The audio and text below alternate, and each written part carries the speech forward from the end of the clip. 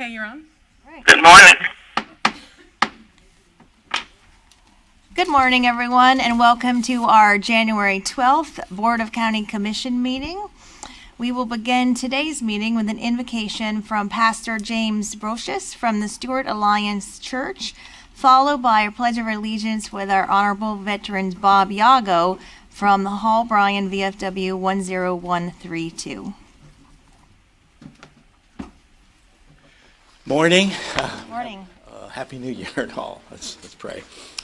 Father, again, thank you for your mercy and grace. Thank you for this beautiful day, and you've given us this area to live in. Thank you for these men and women and all that they represent that are here to help and govern and encourage us. Pray that you would give them wisdom and understanding this day. Pray that you would, again, Lord, pray for our nation, that there would be peace and forgiveness, there would be unity. Lord, that there would be great good that would come to this land, and same for our area. So again, may this day be good for Martin County. Give these individuals joy in serving. Pray this in Jesus' name. Amen. Amen.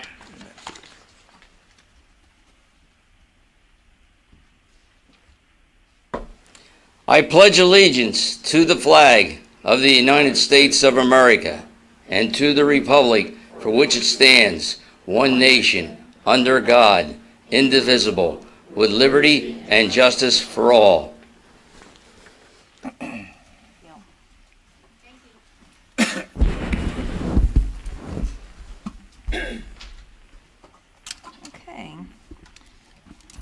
On today's agenda, we have an additional item, two of them, Department 7 and Departmental number 8, amendment to commercial lease with Triumph Aerostructures, and approval of a short-term lease agreement with Precision Jet Center. We have two consent agenda pulls. Consent number 1, contracts that meet the threshold for board approval, and consent number 8, adoption of two resolutions for purchase of a 5.4-acre parcel of environmental land on Cuban Avenue adjacent to Maggie's Hammock. We have one request. Those were pulled by Commissioner Hurd. Request to withdraw is a Palmar informational presentation. With that, I will take a motion. Approval of the agenda with the two consent polls and the request to withdraw from the agenda. Request and proposals number 1. Second. Great. So we have a motion by Commissioner Smith, seconded by Commissioner Campy. All those in favor? Aye. Opposed? Motion carries unanimously. And now we have on the phone today, we have a really special treat. We have a lifelong resident of Indiantown, Miss Thelma Waters, and Miss Waters is being inducted into the Florida Women's Hall of Fame for her contributions and impacts on the Indiantown community. And if many of you have seen the list of nominees for this honor, it was a tremendous list of amazing women. So we're honored that Thelma Waters calls Martin County home. I particularly, growing up in Indiantown, I remember as a teenager, Thelma everywhere, all the time, advocating for Indiantown. So we wanted to take some time today in the beginning of the meeting to express our congratulations for this great recognition. And I want to just tell you about a little of her accomplishments.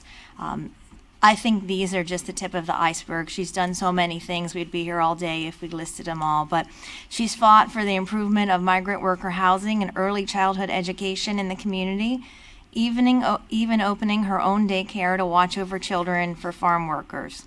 She advocated for health care in Indiantown and convinced the American Friends Service Committee, an organization working for peace and social justice, to open a satellite clinic in the village within months of her proposal. She was also a leading force in the civil rights movement in the 1960s and fought to provide residents access to a local voting precinct and political representation.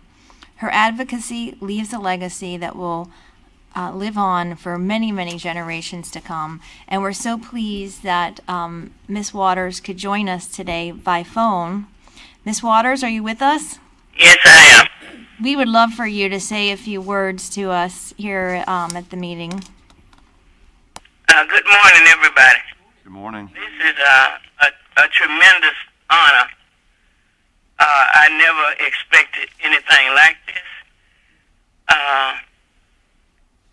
In my wildest dreams, I couldn't believe that something like this would happen. I don't know what's happening to the phone all of a sudden. But anyway, Indian Town was an isolated community like, and we didn't have any services or anything. And we just can't sit around and wait for somebody else to get the job done all the time. We have to get up and do something for ourselves. So after I found out they had a daycare center in the Orange Grove, and nobody could go to that center but Minute Maid employees, children. I started asking questions and trying to figure out, if you can put a daycare center in the Orange Grove, you should be able to put it in a community where people that really need this service can have it and use it.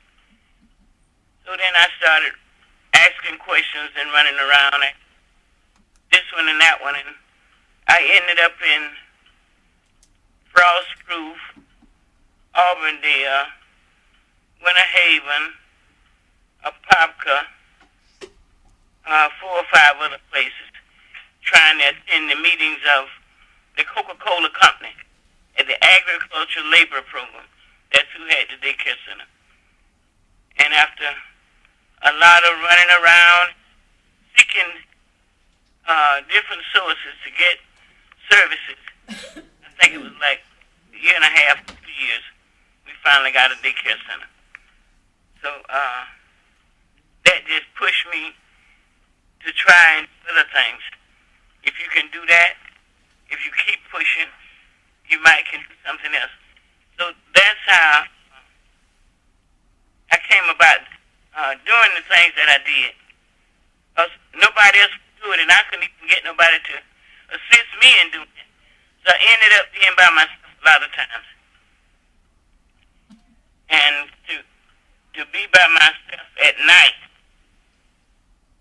coming from Lakeland, Winter Haven, Apopka, I'd get to E-Hall Junction sometime 1 o'clock in the morning. And I'm out there by myself, scared. We didn't have no cell phones, all this stuff. But anyway, I said, I got to try to get home. So that I just made up in my mind that I was going to be okay, and I was coming home, and I did. So all of those things just encouraged me more. The more you want something, the worse you want it, the harder you work for it. So that's what I did. And that's why we have a lot of the services we have. But I'm grateful to people that encourage me along the way. Lee Williams, she was after we got the clinic open, I encouraged her to be one of the nurses to work there. And she was looking at me like I was crazy when I asked her, would she please work in our clinic? But she agreed to do it, and she did it. And a lot of the Saturday meetings that they schedule and training stuff, she would go with me so I wouldn't have to go by myself. So that was a real treat. But a lot of things happen because something is not happening. So because of one thing to the next thing, a lot of things did happen. And we're not a perfect community, and I don't think we have any, but we've come a long way. The housing part was real hard and painful. After we had completed 62 units, and we were waiting on the certificate of occupancy, the guy came from the county and brought us a statement saying that the roads was not acceptable, so the county couldn't approve them, and we had families lined up to move in these houses. That day I laughed and I cried. I said, now you all have been on this site ever since we started construction. Why you wait till now? We don't have any money. So I called Father Frank, who is my dear friend, and I said, I explained to him what the problem was. He said, well, let's go over here to Hawkins and talk to these people.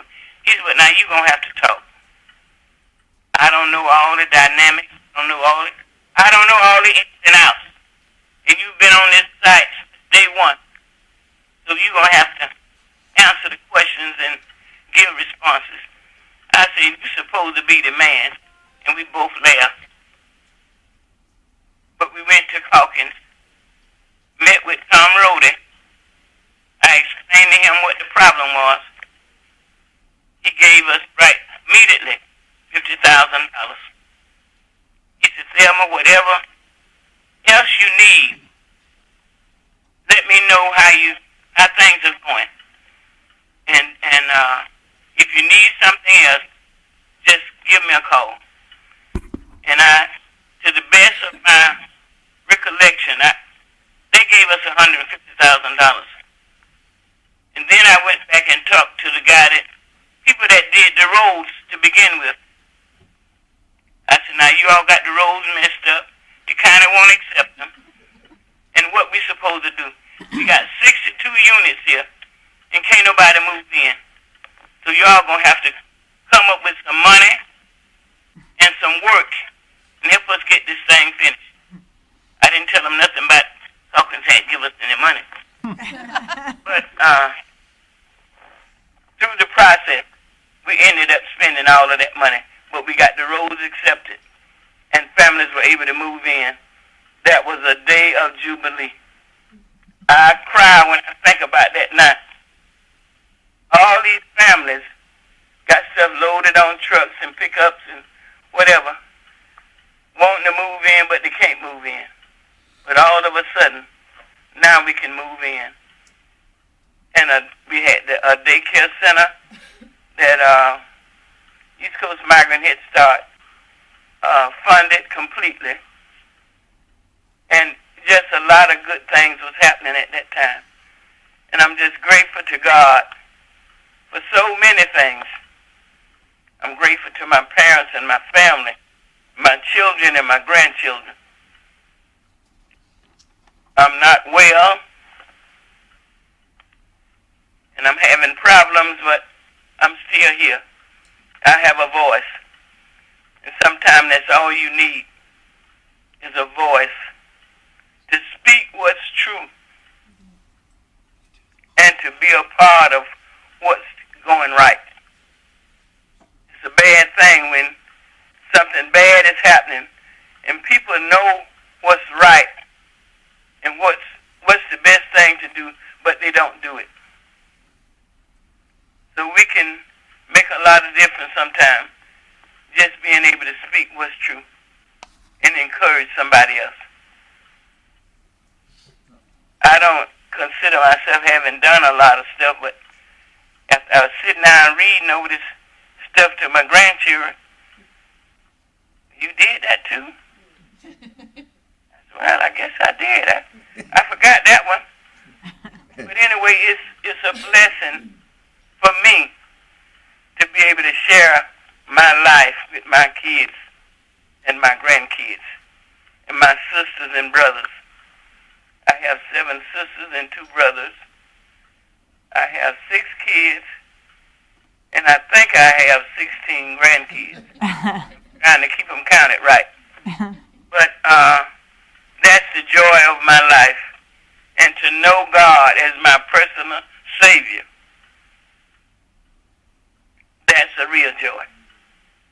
I thank you all so much for this opportunity just to share a little with you. And maybe at a later date, who knows what might happen. Have a blessed day. Be safe. Be careful. Look out for somebody else. Give somebody else a hand up as you go through today. God bless you. Miss Waters, Can you stay on the line one moment? We have a commissioner. Commissioner Smith has his light on for a comment. Okay. Hey, Ms. Thelma, good morning. How are you? I'm okay. How are you? I am wonderful. As I'm sure that you might remember, although I think you were a little bit awestruck that morning out in Indiantown when it was announced that you were on the list. I just happened to be at a function out at Indianwood, and at the same time that morning, or about that same time, you were going to see the announcement of you being added to the list. And I didn't even know anything about it. I know, that was the best part. That was a really special moment. It was special for me to be able to be there, but it was also special for Indiantown. It was special for Martin County. And I think, what strikes me the most, Thelma, is that, you mentioned in your comments that you got to share your life with your family and all that kind of stuff. Well, a little bit past that, I think we are incredibly blessed that you got to share and have shared your life with Indiantown and with Martin County, and we are such a better place because of it all. And thank you for everything you've done, and congratulations on an amazing recognition and privilege to have been added to that list. It was a really phenomenal list of people that you were included in, and how special that we are able to share that all with you, and that you are the great, wonderful person you are. So thank you again very, very much for everything you've done for Martin County, for Indiantown. It's really been fantastic to be able to be part of that. Thank you so much. Thank you so much. Thank you, Ms. Waters, for being here this morning. You don't just help that person. You help a lot of other people. So when I would go to some of the meetings, they would say, well, here come Miss Martin County. And I said, oh, that's Miss Indiantown. I said, well, whatever you want to name her, call me. I said, but I'm here to talk about Indiantown. But it's a blessing. Yeah, I've raised my kids here. And they've gone off to school and done well for themselves. And I'm proud of all of them. And nobody wants to believe they came from Booker Park. I said, well, that's where we came from. And I'm still in Booker Park. Well, Ms. Waters, we're glad you're still here, and we look for a more formal celebration. Thank you for joining us today, and have a wonderful week. Same to you, sweetheart. God bless. Okay. We're also joined with another very special person, our newly elected property appraiser, Miss Jenny Fields. Congratulations on your election. I know you were sworn in last Tuesday. And we unfortunately couldn't be there because we were here meeting. So we look forward, and please. Thank you. Thank you. Is it all right if I take off my mask? Otherwise my glasses will fog up and I can't see. Good morning, Commissioners, Taryn, Sarah. Thank you for inviting me here today. It's okay, y'all couldn't come last week. I know you guys were very busy. It was wonderful. It's still surreal to me. This past year, it's 2021, has been quite the roller coaster. And I'm sure, like most of you, you want to take 2020 and kick it to the curb and move on. But for me, 2020 was the highlight of a 30-year career. After working all those decades under Laurel Kelly in the Property Appraiser's Office, can y'all hear me? Okay. Mm-hmm. Under the Property Appraiser's Office, and after hearing about Laurel's retirement, and with a lot of prayer with my husband, who's with me here today, Brett, I decided to enter the realm of politics and run for public office. And I knew from the beginning with COVID, this was probably going to be the most challenging path I've ever walked. But by the grace of God, on August 18th, I was elected. My dream came true, and I was elected as your Martin County property appraiser. I cannot thank the voters enough for believing in me and my ability, and I promise I will not let them down. As 2021 begins, I have been busy transitioning into this role. The office has not seen new leadership in almost 30 years, so you can imagine all the things that needed a name change, from signs to stamps and whatnot. So I'm in the honeymoon phase. This is the fun part. But the most important thing that is happening in this 2021 as we start is the conversion that we're going through. And this is the new computer mass appraisal system that we did. We went live in December. Our office maintains the largest database in the county. I'm not sure if anyone is aware of that. So it is so important that we maintain the integrity and accuracy, and our group of professionals have been triple checking everything. And over the next few months, that's exactly what our priority is going to be. The new software that we've implemented will provide cost-saving tools and features like automatically importing homestead exemptions into our system. It has built-in reports that are going to eliminate hours of programming, minimizing computer downtime, and importing tangible personal property assets, all of which will ensure we're operating more efficiently and continuing our commitment to process improvement. Another focus of mine, and I don't know if anyone's visited the website this past week, obviously it has a new skin. It was just not that there wasn't anything wrong with the one before, but obviously my face is new on there, which is still very weird to see, but it's just a new skin. Some of the other things that you will be seeing on the website will be a property summary card. That's going to include a printable report that has all the property data and information laid out in a more user-friendly manner. It's going to have a completely revamped sales surge. So if you're looking for sales in your neighborhood, it's going to be very easy, super simple to use. And finally, I'm in the process of working on informative videos.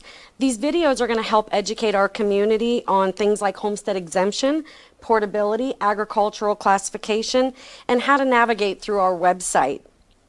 Finally, our office is aware of the impacts that the COVID-19 crisis has had on our community and respect that many of our citizens have concerns about the value of their property.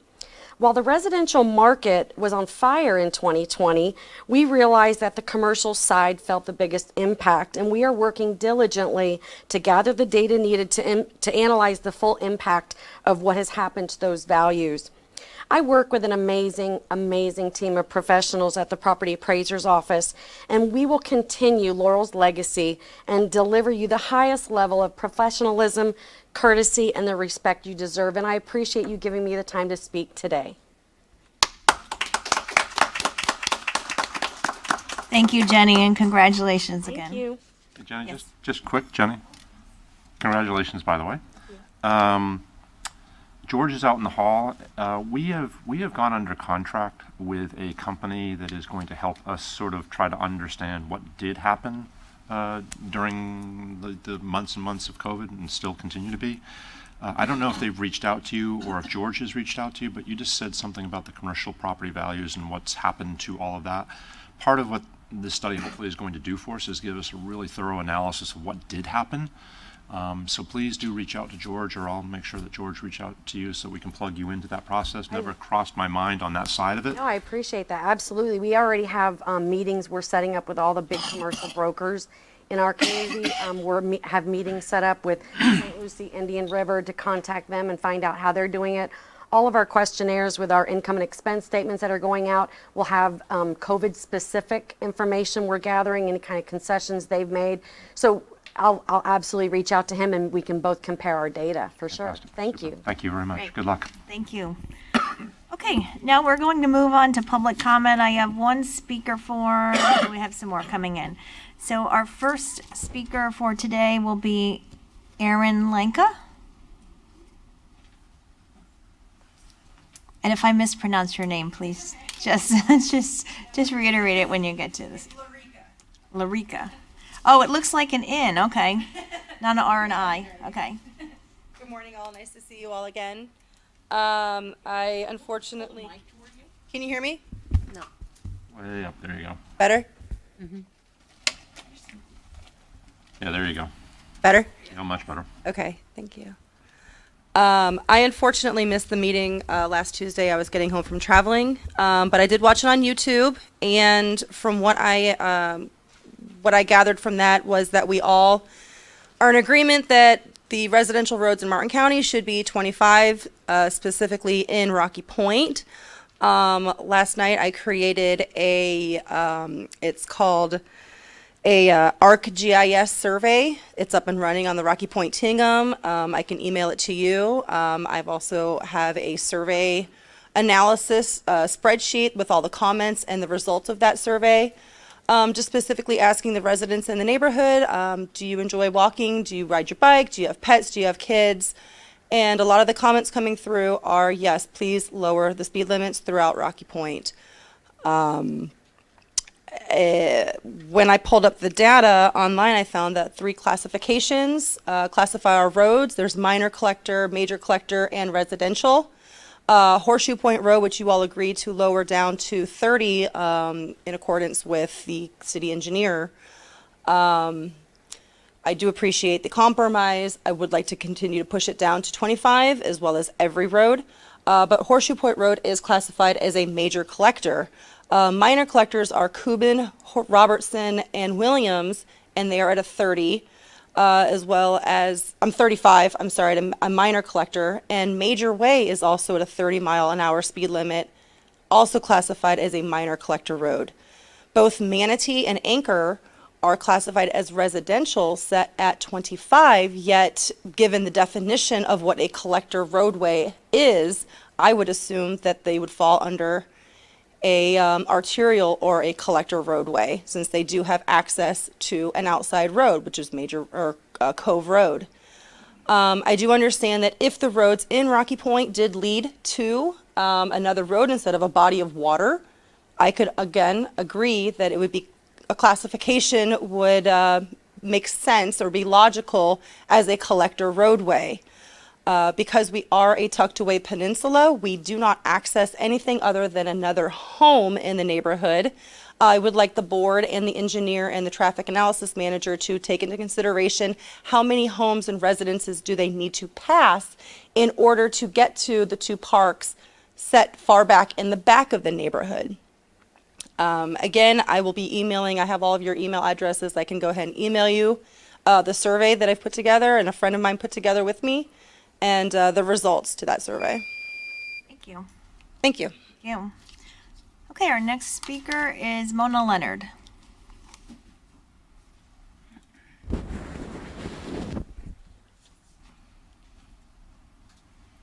Good morning, commissioners, residents.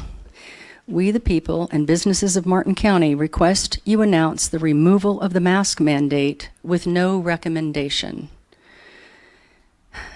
Even some of your hero, I think he might be your hero, Cuomo, is now saying that he wants to open up his economy. Now, wonder why that is.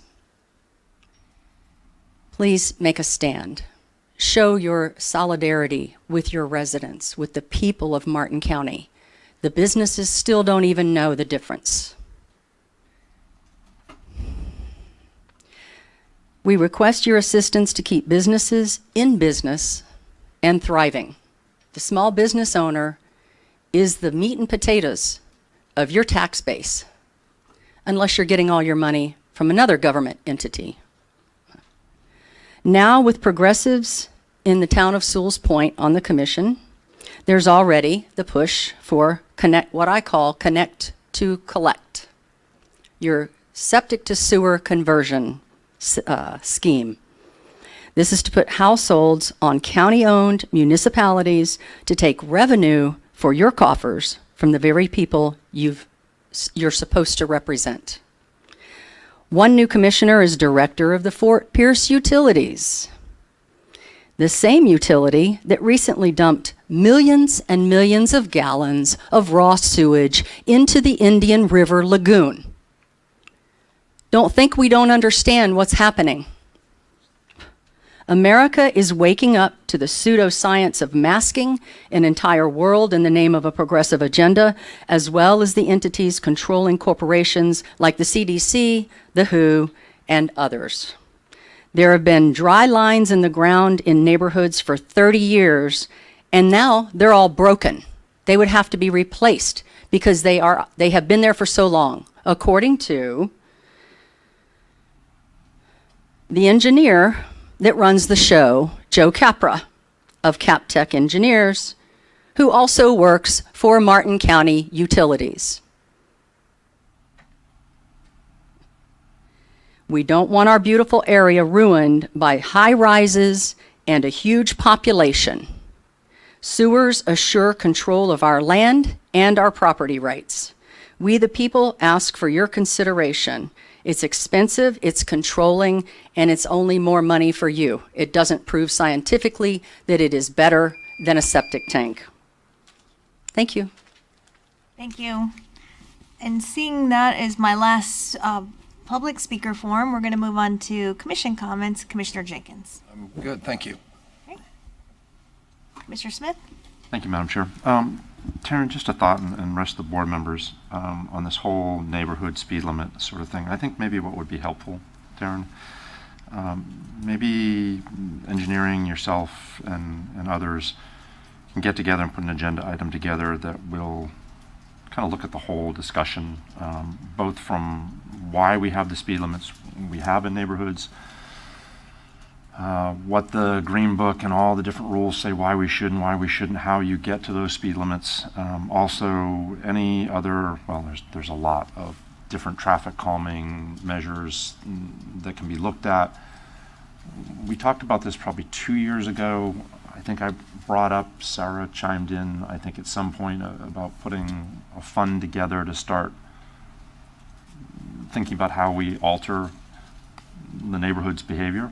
Yeah.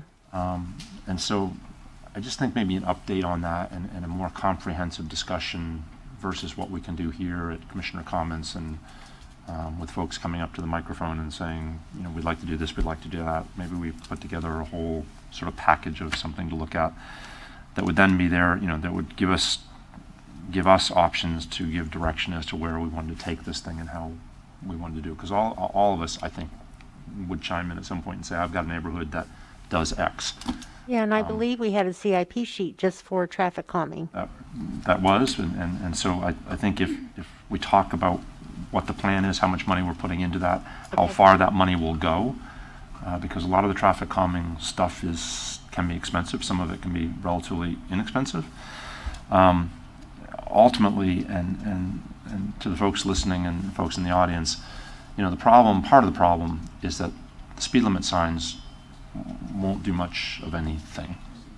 It's much more altering the behavior of what happens in a neighborhood. And I have at least 3 neighborhoods in Jensen that we've tried all sorts of different things. Some things have worked, some things haven't. And we've changed, you know, the character of the streets, and that has happened and has worked well. I just think a more comprehensive conversation might help everybody, at least where we are today, understand what we have to work with and what we don't have to work with.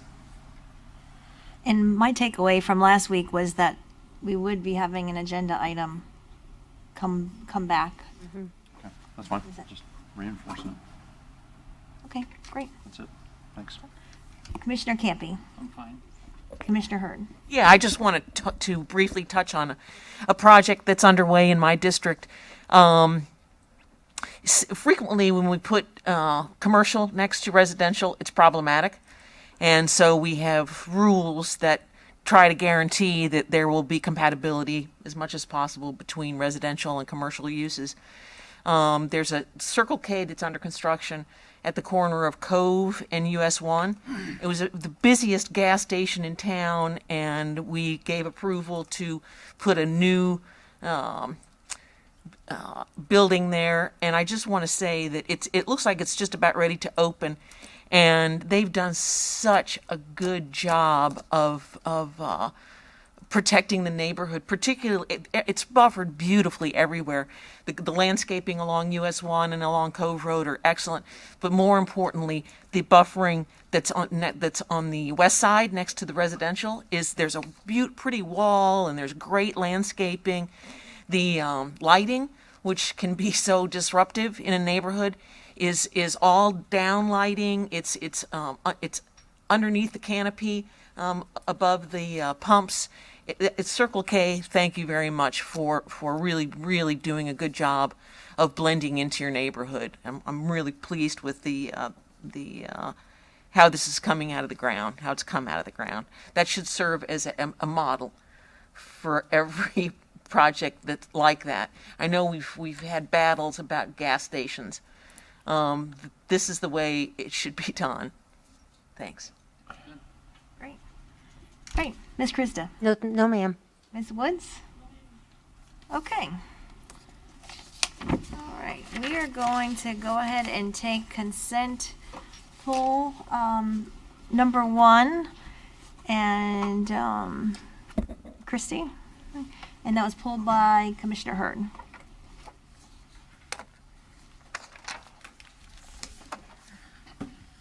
Good morning, Christy Brotherton, Purchasing Manager, and I am joined today with Susan Kors. Do you want me to present each one of them individually, or do you want to go straight to Commissioner Hurd? Sure, go ahead. This is the first one is a terrific project, by all means. Okay. First this is a contract for Culpepper Ranch Phase 2 Berm. This project is funded with a combination of FDEP grant, ad valorem, and stormwater MSTU. Staff is recommending board approval for the award of the contract to the lowest responsible bidder, Amazon Construction, in the amount of $782,520. And staff is requesting that the board authorize the county administrator or designee to execute any and all documents related to this request. You want to stop there and do that one first? Do you want to take them separately, or do you want to hear them all? Let's hear them all. Okay. Go ahead. Okay. The next contract we have for approval is the Old Palm City Ripple Stormwater Project. This is for the construction portion. Susan, if you want to give a little information. I would, yes, thank you. Susan Kors, Manager, Office of Community Development. I think it's actually excellent that this got pulled because you're going to hear about 2 really great projects today, and I love talking about this one. Ripple is an innovative and multifaceted project that encompasses water quality and flood control and integrates it in a community that really needs it with artistic elements, education, and community engagement.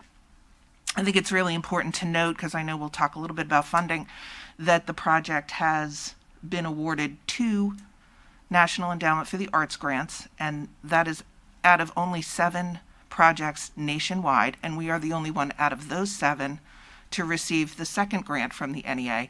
And then we're also received 2 grants from the Department of Education, Department of Environmental Protection. The project started somewhere around 2014, 2015, and it's been a very successful interdepartmental effort. So there are public works departments, field ops, capital projects, eco, the CRA, utilities, and we've all come together and created this linear kind of water quality, stormwater, beautiful amenity in an area that truly does need it. We've maximized a very small land area, which is 2.36 acres, to treat and capture water from about a 20-acre basin. This is going to reduce the nutrient load to the estuary. It also is going to help the county reach its BMAP load requirements. This small landmass, by the way, also will accommodate the utilities pump house for the septic to sewer program. So we really have utilized this small bit of land to do the most that we can. It's a beautiful amenity. I think it's going to be an environmental asset to the community. I think it will be a model for this county, certainly. I know the NEA looks at it that way. We look at it that way. Community engagement continues throughout the project from start to finish. Even post-construction, we will continue to do that.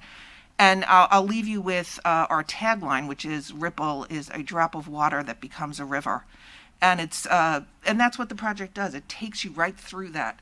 It takes you through water quality education and the mechanics of it and the importance of it in a beautiful way. Great. Yeah, I pulled this because it's a 2.36 acre property that we're spending over $2 million on, which and of that, $972,000 is from ad valorem, which is those are staggering sums of money for a 2.36 acre parcel. How does a project like this rise to receive that kind of funding? I mean, how is that prioritized above all other water quality and drainage projects that are so important all over the county? Don Donaldson, Deputy County You're- Administrator. I don't know if your mic's on, Don. Is it not on? The light's on. Sounds like you're on, it's just low. Just low? Okay. Well, I'll speak up. Don Donaldson, Deputy County Administrator. As Susan mentioned, this project looking in we're working with artists for Eco Art Project. Water Quality Division had been working to look at how we can integrate really, truly artistic elements with stormwater. You know, Martin County's been innovative in the past, not just having a rectangular pond with a fence around it, as you see in some other communities attempting to do water quality projects. So it's really started off many years ago with that purpose, and Old Palm City was a great candidate because of its poor water quality coming out of there. So really, it's been a collaboration with the artist. It is a challenge to work in that environment with that high groundwater table, and to bring in elements that, again, were supported by the art. So it is unique in that fashion.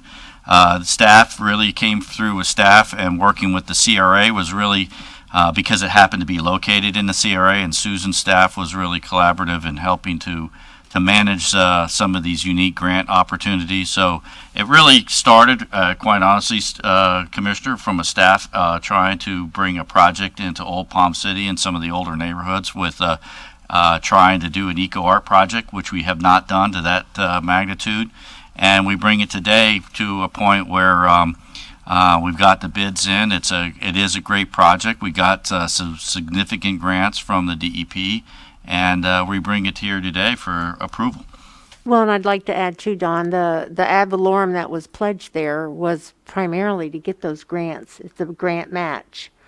And working with Mr. Mail's department, getting those grants, you know, as you know, when we apply for the grant, we don't know if we're going to get it. And once we get it, then those projects can start moving forward. So this has been on the books at least for I would say at least 5 or 6 years. 5 years, yeah. But my concern is that we have drainage problems. We have water quality problems in Martin County. And how do we justify spending $2 million on this project and leaving the other ones begging? And I think, Commissioner, you brought up a great point earlier when you said it's only 2.36 acres. So we've really maximized that small land area, but in order to do that, we're not building just a pond. We're building a linear, the project goes from one parcel to the next. So the infrastructure is a little bit more complicated than it might be just for, a single pond like you would see in Golden Gate or even off Map Road, for example. Commissioner Campy? Thank you. Yeah, I agree with Ms. Corus and our staff. I'm happy for the opportunity to discuss this project, which we have discussed in the past.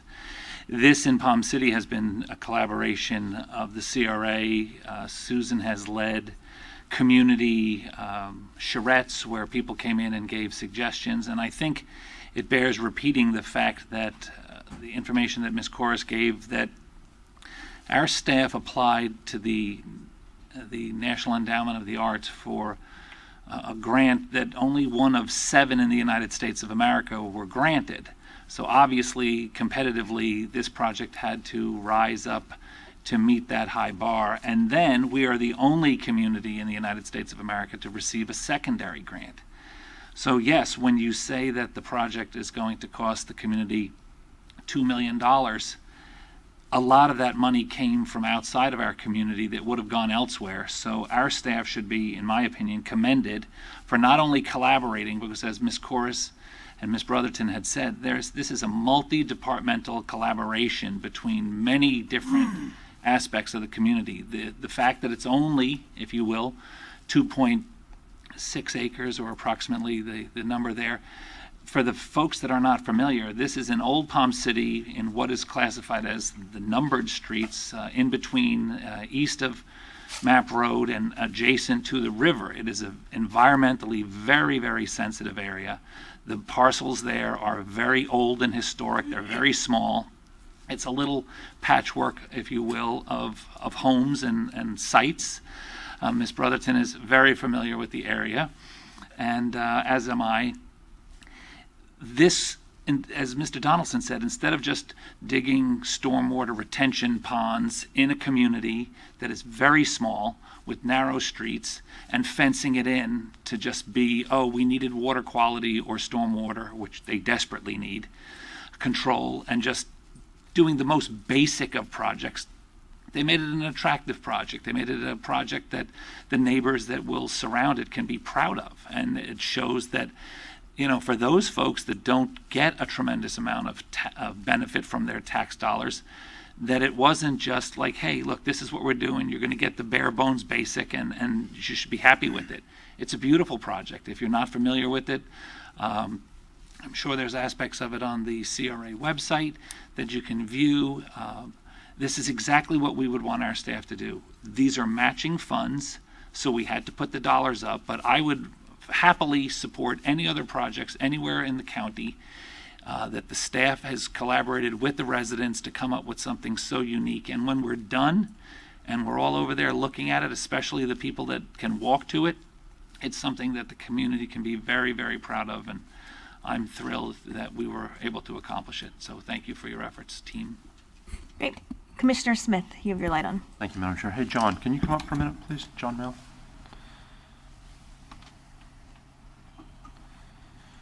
Hey, good morning. Morning. Morning, Commissioner. So, John, I think something that would also help maybe a little bit, the project as a whole serves, I know this is sort of off the top of the head, but do you know what the capacity of this project serves is?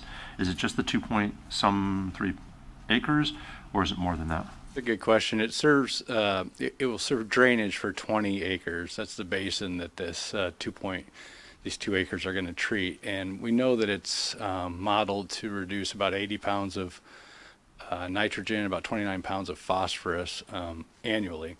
Now, if we were making a $2 million investment for those pounds of nutrient removal, that wouldn't be terribly efficient. But the water quality investment component of this is only about $400,000 to $500,000, and the rest of it is coming from other sources, including grants to meet other objectives. So I think its hybrid nature is what makes it efficient.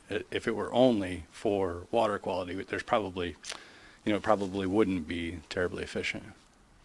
But I mean, I guess what I just want to make sure that everybody hears, because if you hear pieces of this conversation, you'll get one impression. So it might sound like we're spending all this money to treat 2-point-some acres, but in effect, the basin itself in Old Palm City is really close to 20. Yeah, so the project site is 2 acres, but it treats water from a 20-acre watershed, which again, doesn't sound huge, but in that specific area and the challenges that area has with managing water and the septic systems that are there and the water table and its distance to the estuary, it's very close. It's a pretty critical area to do something. We don't have a lot of options for the project footprint, and so we have to maximize what's available to us, and so it tends to run up the cost when we try to squeeze a lot into a small area. Yeah, and I think through the years, John, and I think even before your time, I think one of the more interesting projects we did a long time ago was the Salerno project that ended up being millions of dollars, which was great. I remember when we were mining it out, and I guess we had done boring samples and so on, but we ended up discovering that there was a landfill of cars and whatnot in the area in the way of what we were about to build, which was a stormwater treatment area. And I think the success story that we have had for the last 20 plus years with these projects, and I think this adds sort of really like the silver lining on all of them, is that you go into a neighborhood not necessarily knowing what's underground sometimes, like with the one we had in Salerno, but we've done, I think, over 38 projects, retrofit projects in older neighborhoods. And I think the last count I saw was something like 4,000 acres in total that culmination of work treats of water going into the estuary. It's not the end all to all of our problems, but it is taking those older neighborhoods that had absolutely zero drainage, zero water quality of any sort, and in many ways storm water protection.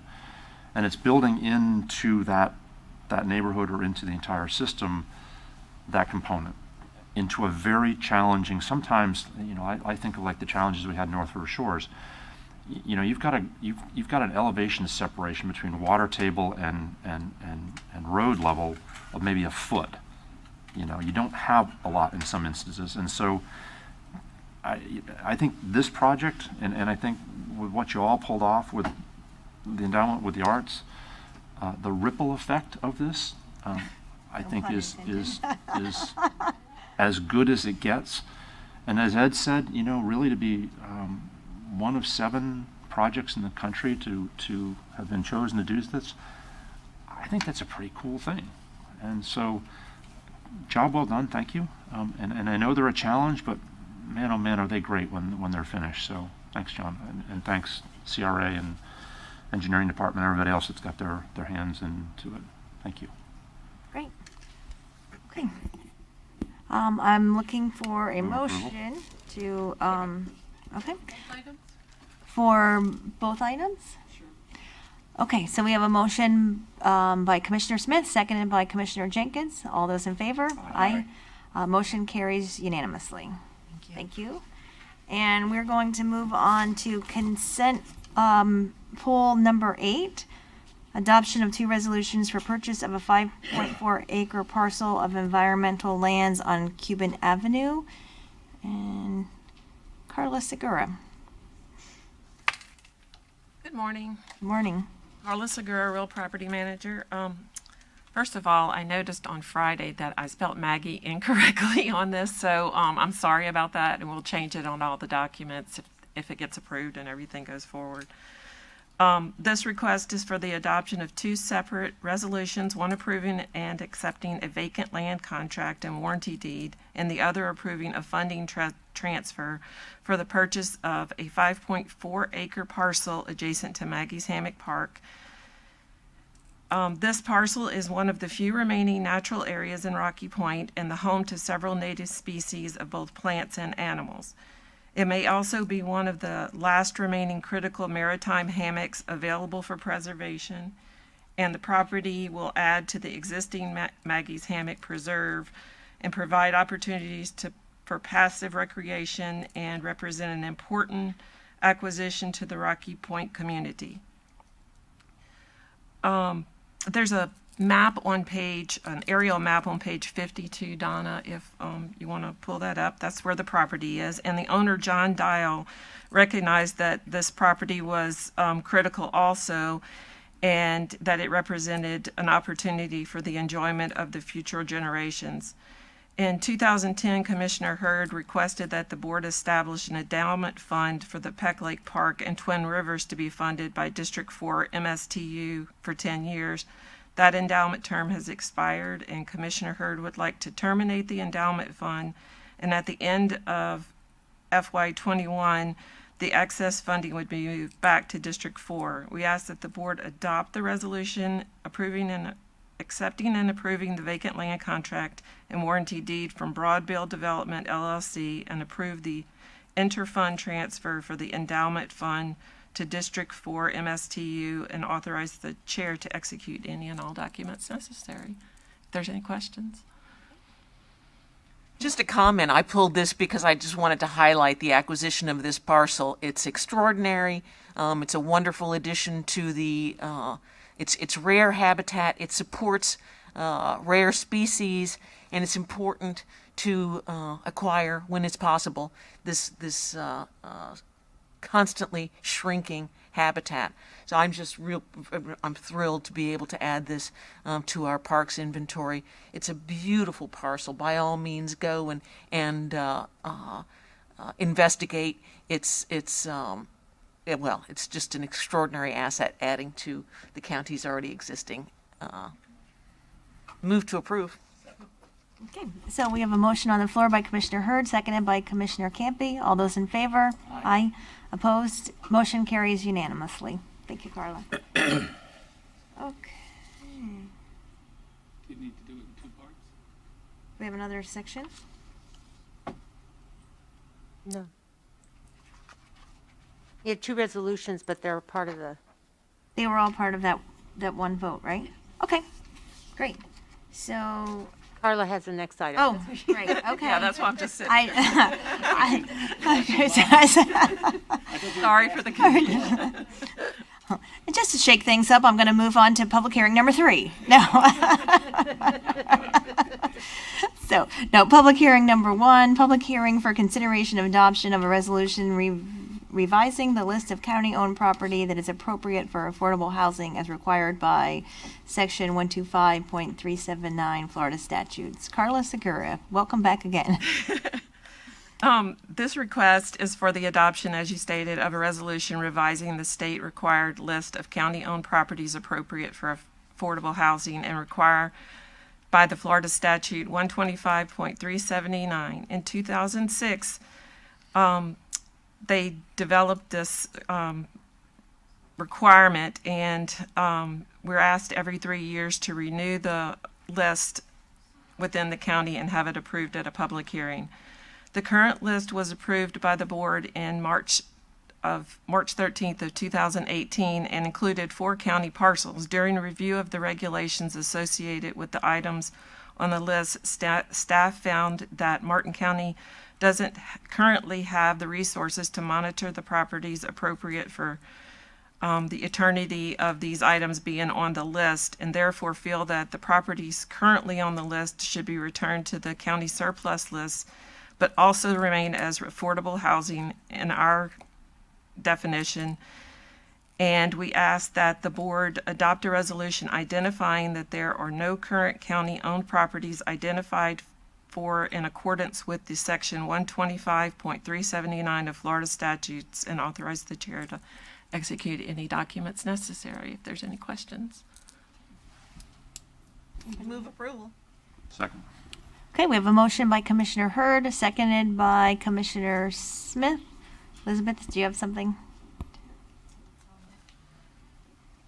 Elizabeth Lenahan, County Attorney's Office. I know that was quick, but it is a public hearing, so just make sure you call for public comment, please. Okay, great, thank you.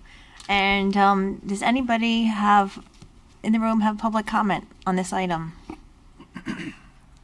Seeing none, we have a motion by Commissioner Hurd and a second by Commissioner Smith. All those in favor? Aye. Motion carries unanimously. Thank you, Carla. Okay, moving on to public hearing number 2, legislative public hearing to consider adoption of comprehensive plan amendment, CPA 19.5 KL Waterside text amendment. Ms. Samantha Lovelady. Good morning. Good morning, Commissioners. This presentation will cover the public hearings for CPA 19-5 KL Waterside LLC text, CPA 19-6 KL Waterside LLC future land use map amendment, and the associated quasi-judicial rezoning.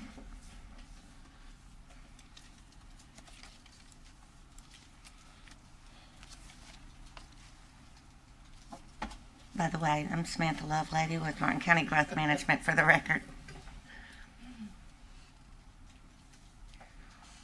All 3 public hearings went to the local planning agency on September 17th, 2020.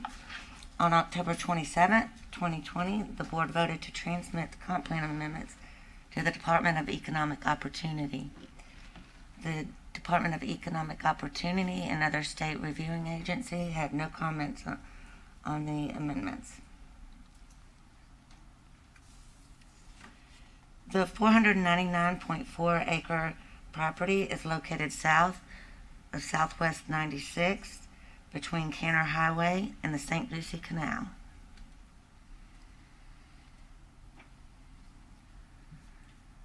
The proposed text changes are being offered by KL Waterside LLC, represented by Lucido and Associates, and it proposes to contract the primary urban service district by 250 acres and establishes a 250-acre freestanding urban service district on the opposite side of the property.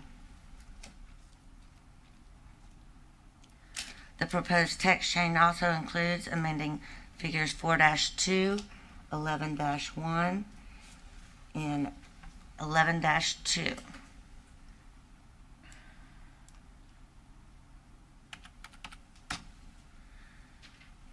This is the proposed change, Exhibit B, Figure 4-2, and it reflects this freestanding urban service district here.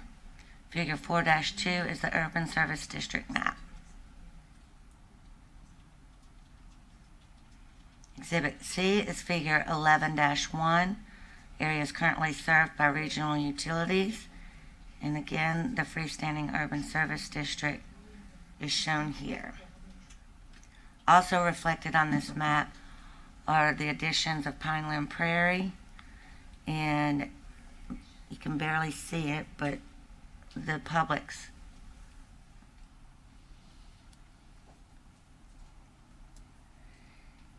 Now, Exhibit D that was in your packet, we realized that it's Figure 11-2. In your packet, it reflects these changes here and here. And what we realized is that the ordinances for Pineland Prairie and the Publix did not include changes to 11-2. So we revised 11-2 to reflect just the changes with the freestanding urban service district.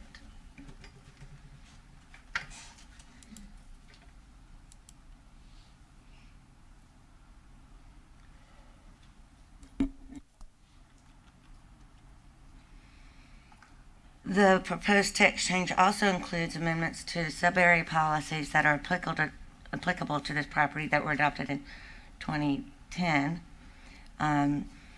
Staff recommends additional changes to the ordinance to clarify the language. None of the changes are substantive.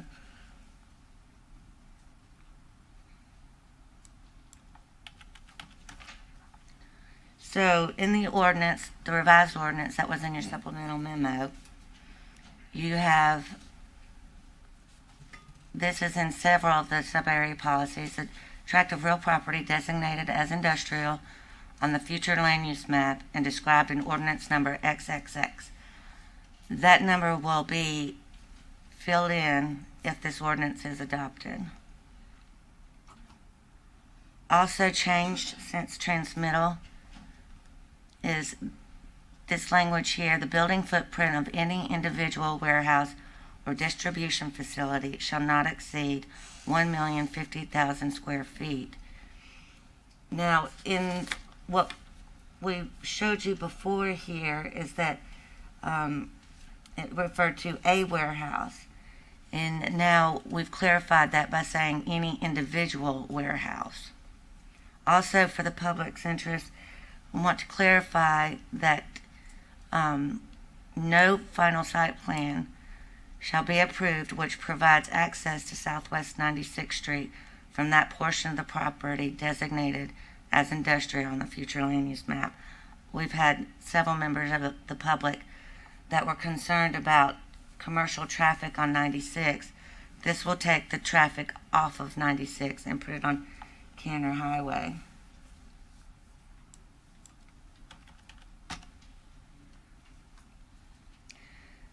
Staff recommends that the board approve the ordinance adopting CPA 19-5, amending the text of Chapter 4, Future Land Use Element, and Chapter 11, Potable Water Services Element, 10-year water supply facilities work plan. Are there any questions? Anybody have questions for staff? Commissioner Hurd. Yeah, so go back to the language about the probably on page 139, although I think this is the old language, so it might be. I'm looking at the this language right here. So a warehouse or distribution facility shall not exceed a building footprint of 1,050,000 square feet. How many 1,050,000 square foot warehouses can be put on the parcel? That would depend on the actual use when they come in for site planning. So there's no limit on the number of buildings and warehouses that can be 1 million square feet? it would depend on the actual use, because different uses will have a maximum. So somebody comes in and applies for a 1,000,000 square foot warehouse. This board gives it approval, then another person comes in and asks for another 1,000,000 square foot warehouse. Could the board approve that? Clyde Doolin, for the record, Comprehensive Planning Administrator. I would note for the record also that there is a piece of text in here that limits the number of trips that this 250-acre parcel can be approved to have. It is, I believe, It's up on higher on the page, I thought. 950 trips. We wanted to clarify whether it's one warehouse or multiple warehouses, so that because a 250-acre parcel of industrial land could conceivably have more than 1,000,000 square feet of industrial development on it. And so we wanted to clarify that we're not talking about a single 1,000,000 square foot building. Thank you. Okay. Anybody else have questions for staff? Does the applicant have a presentation? Meanwhile, if anybody has public comment on this item, please fill out a speaker form and provide for this item. Good morning and Happy Morning. New Year to everyone. Happy New Year.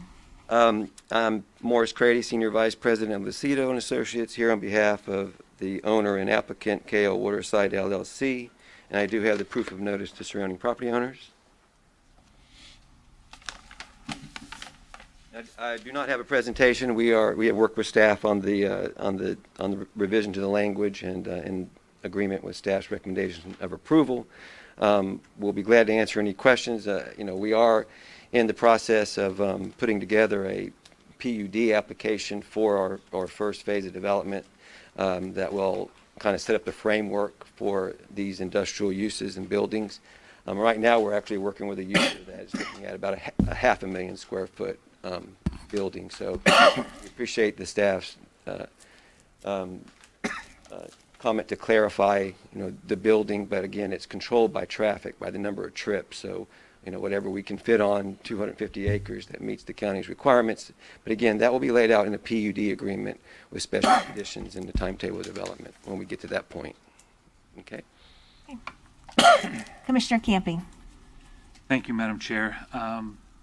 I think the language here, the most important part of it for me, and I'm sure the residents of 96th Street, is the fact that the current configuration of how the property is allowed to be used would have commercial and truck traffic able to enter and exit onto 96th Street, which for people that are not familiar is nearly 100% residential.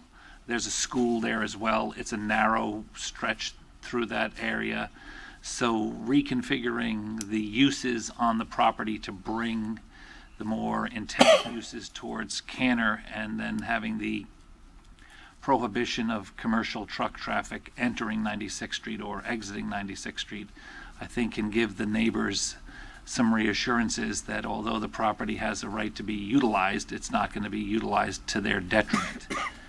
The 950 trips, I think, addresses Commissioner Hurd's concern, which is, rightfully so, how many 1.5 square foot, that's assuming that there's a line of people looking to bring 1,050,000 square foot distribution centers here. But that also shows staff has worked with the applicant to control that. So for me, it's a best of both worlds, and without any further input, I would make a motion to accept staff's recommendation. Second, pending public. Okay. We have a motion on the floor by Commissioner Campy and seconded by Commissioner Smith. We're going to take public comment. If there's anybody in the public that has comment, please approach at this time. And I'm seeing none. So we have a motion by Commissioner Campy, seconded by Commissioner Hurd. Sorry about that. Yeah, I'm not going to support the motion. I think that this establishes a dangerous precedent where this proposal leapfrogs over agricultural land outside the urban service boundary to create a freestanding urban service boundary. We are increasingly amending the comprehensive plan by exception. If you have if your lines are malleable or mutable, and you're constantly revising them under pressure from special interests, you don't have an urban service boundary, and that's increasingly what these amendments are doing. Okay, Clyde, you have your light on? Yes. Thank you, Madam Chair. I wanted to make clear that the staff recommendation is for the supplemental memo attached to the agenda item.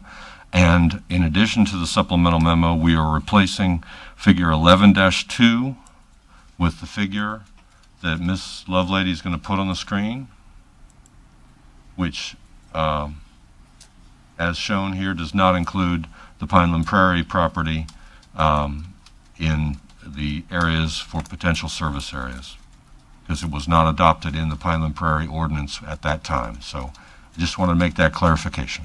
I'm fine with that. Yes. Okay.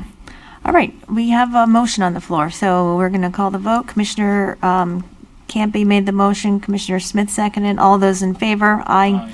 Opposed? Opposed? Motion passes 4-1 with Commissioner Hurd dissenting. Okay. We're going to move on to public hearing number 3, which is the legislative public hearing to consider adoption of Comprehensive Plan Amendment 19-06, KL Waterside Future Land Use Map Amendment. Samantha Lovelady. Thank you, Commissioner. Again, the applicant is KL Waterside LLC, represented by Lucido and Associates. The subject site is 499.4 acres located south of Southwest 96th Street between Canner Highway and the St. Lucie Canal. Here is the existing future land use map. So you have here 74.9 acres of commercial waterfront. You have 175.4 acres of industrial, and then you have 249.1 acres of agriculture. So what this would do would be to get rid of this commercial waterfront and remove this industrial and place industrial over here and return all of this to agriculture. All of this is within the primary urban service district, except for this circle here, which when they adopted this land use change, they kept that out because of a well-filled protection area. So it eliminates the waterfront commercial, and by the way, this waterfront commercial is governed by a 19-acre Army Corps of Engineer perpetual easement, so that wouldn't have been able to be built anyway.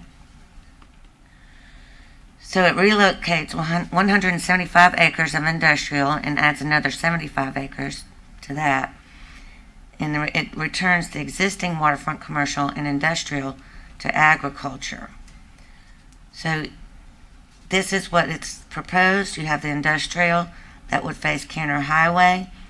Again, the agriculture that would return, and that would be along 96th Street. And again, there would be, if the text amendment is approved, there would be no traffic from the industrial onto 96th Street. And if you look here, I'll zoom in. The very bottom of this map is a little blurry, but that is a 4.98 acre lateral ditch, which is got the easement from the Florida Department of Transportation. There will be no net loss of agricultural land, no increase in urban land. Canner Highway is a major arterial better suited for industrial uses. And again, it takes future industrial traffic off of 96.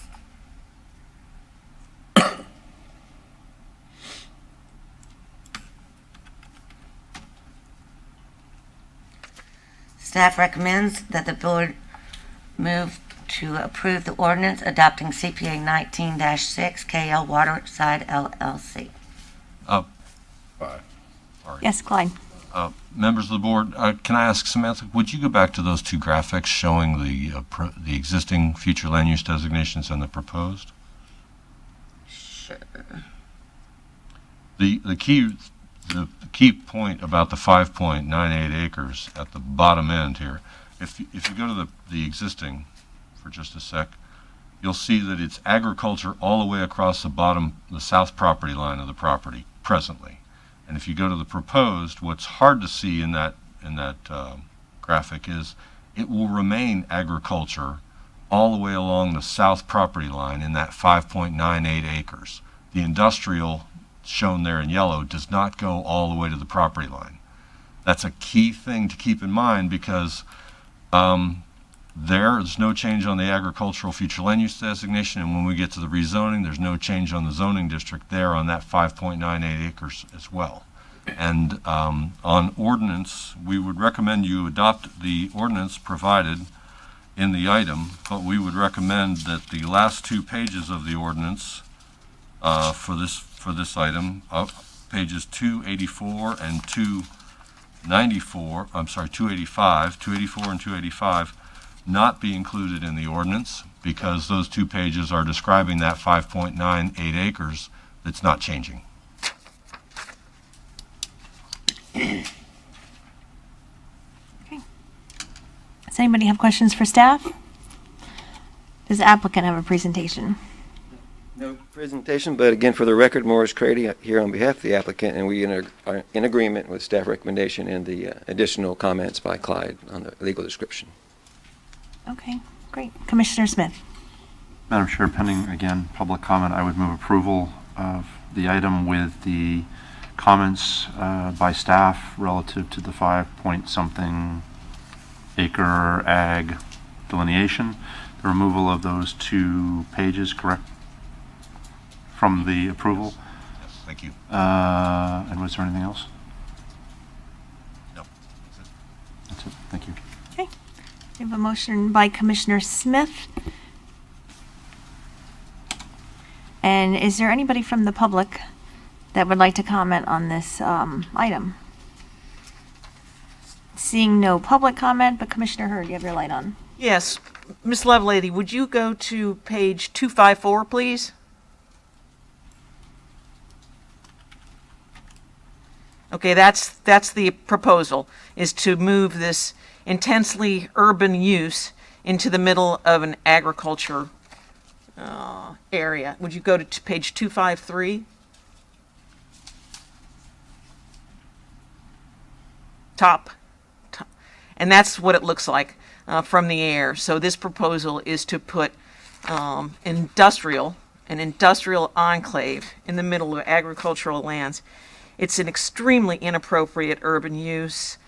Piecemeal exceptions are irregular, unpredictable, illogical, certainly incompatible with all the existing adjacent uses.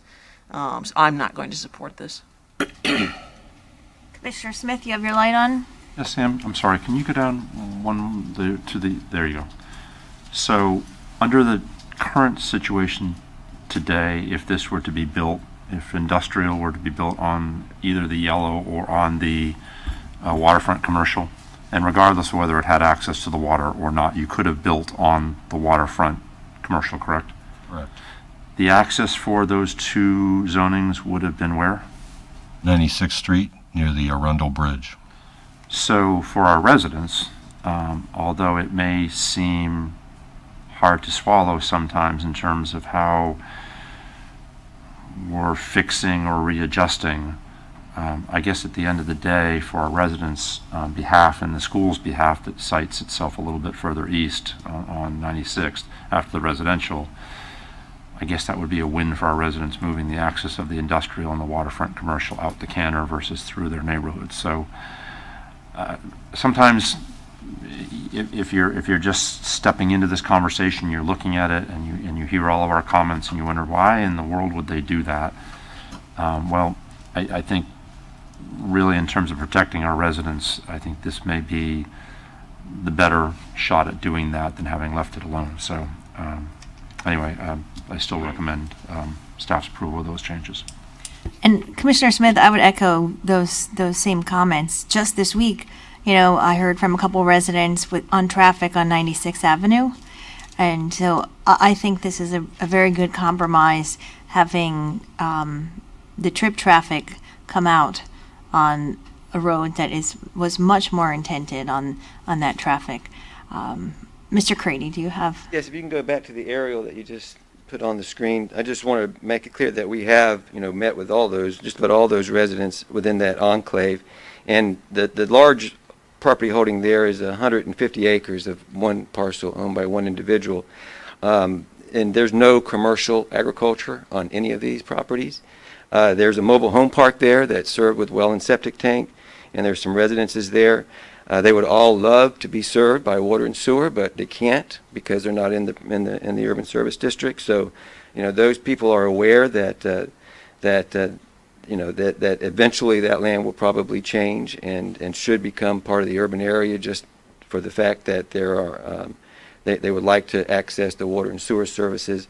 And we've addressed compatibility issues with them, and they're all, again, in support of the property of what we're doing, based on the fact that we're eliminating commercial truck traffic on 96th Street. Commissioner Hurd, you had your light on? Yeah, except that those people are still not in the urban service boundary, so they're still not going to have access to water and sewer because you've leapfrogged over them in order to create a freestanding urban service district to serve this completely incompatible industrial use.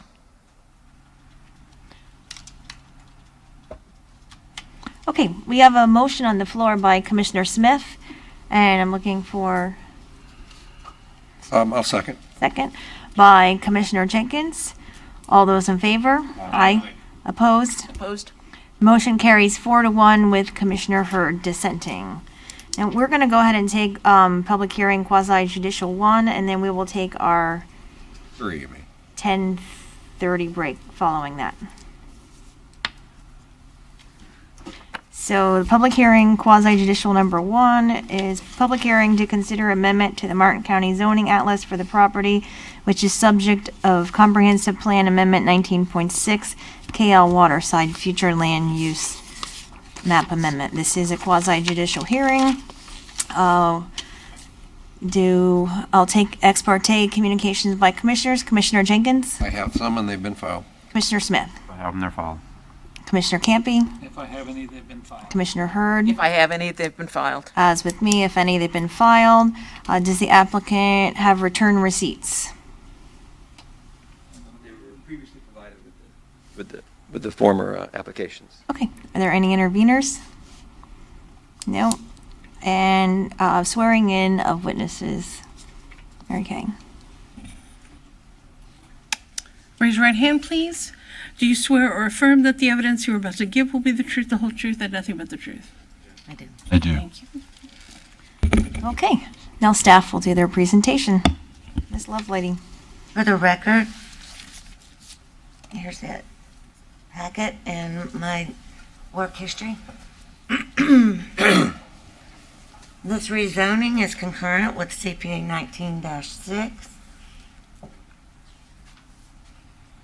It removes all the GI zoning, removes all the WGC zoning. 243.4 acres of AG 20A will be added, and that is 1 unit per 20 acres. And it will add 250 acres of LI to the same part of the property as CPA 19-6. So this is the existing zoning. So you have 74.9 acres of WGC, 175.4 acres of GI, this presentation says LI, but it's GI, and 249.1 acres of A2.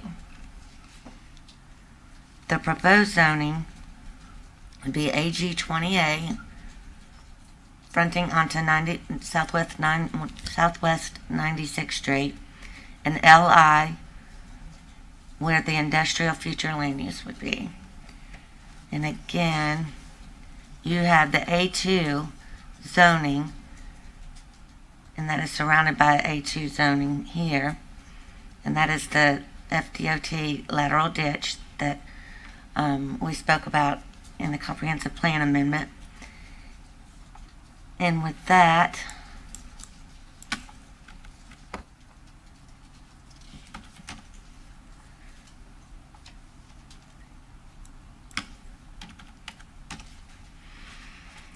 Staff moves that the board receive and file the agenda item summary and all its attachments, including the staff report for the record as Exhibit 1, and move that the board amend the Martin County zoning atlas to change the zoning districts on the approximately 499.4 acres of land from WGC and GI to AG20A and from A2 to LI as set forth in the resolution.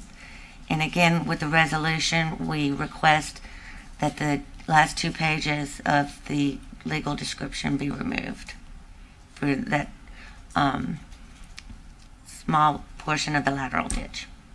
Right, Clyde? One correction to what Samantha said, only page 351 needs to be deleted, one page on the resolution. Oh, okay, thank you. Okay, Commissioner Smith, you have your light on. Do you have questions for staff? Yeah, Morris, unless you have any additional changes or corrections, I would move staff's recommendation with also the additional comment of the removal of page 351, which was relative to the map that had I believe the ag 5 acre, 5 plus or minus acre easement delineated. Yes, again, Morris Creddy, on behalf of the applicant. I just want to clarify that even though we're rezoning to LI, we still are by way of the text, required to do a PUD application. So that will be what we do when we move forward. Okay? Okay.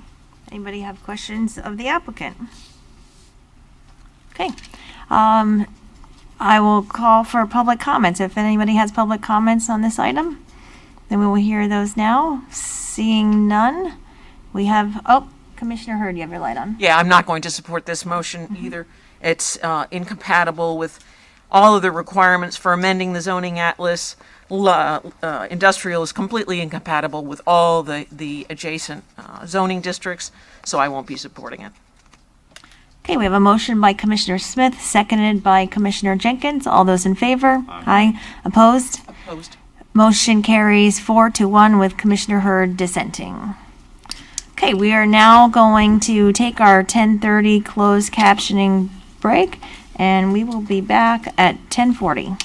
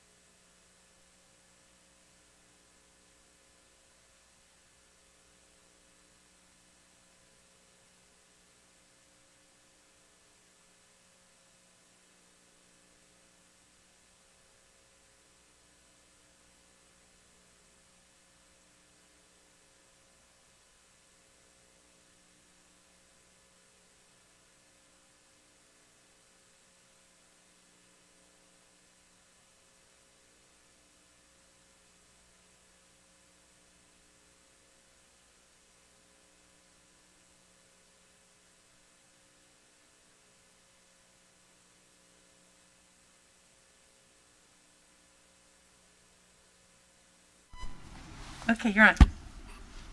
All right, welcome back to our January 12th Board of County Commission meeting. And we are going to take public hearing quasi judicial number 2, request for approval of Seaward Boat Storage Final Site Plan. Matt Staley. We have to do the, Oh, yes, that's right. This is a quasi judicial, so we will take ex parte from commissioners. Commissioner Jenkins. I don't believe I have any, but if I do, they've been filed. Commissioner Smith. I don't either. I don't believe I have any, but if they are, they're filed. Commissioner Campy. I don't have any. Commissioner Hurd. If I have any, they've been filed. Same here. If any, they've been filed. Does the applicant have return receipts? They were provided at the LPA. Are there any interveners? No. And Mr. Staley, you can proceed with your presentation. Oh, swearing in. Okay. I have a sheet here too. Mary Kay, swearing in a witness. Raise your right hands, please. Do you swear or affirm that the evidence you are about to give will be the truth, the whole truth, and nothing but the truth? I do. Thank you. Okay.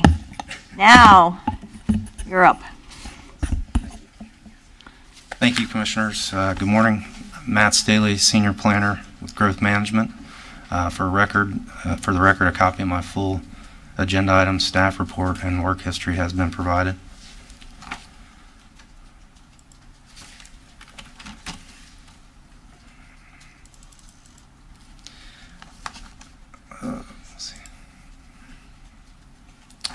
Genie Investment Company is requesting approval of a major development final site plan to develop an approximate 25,210 square foot stabilized boat storage area and associated infrastructure.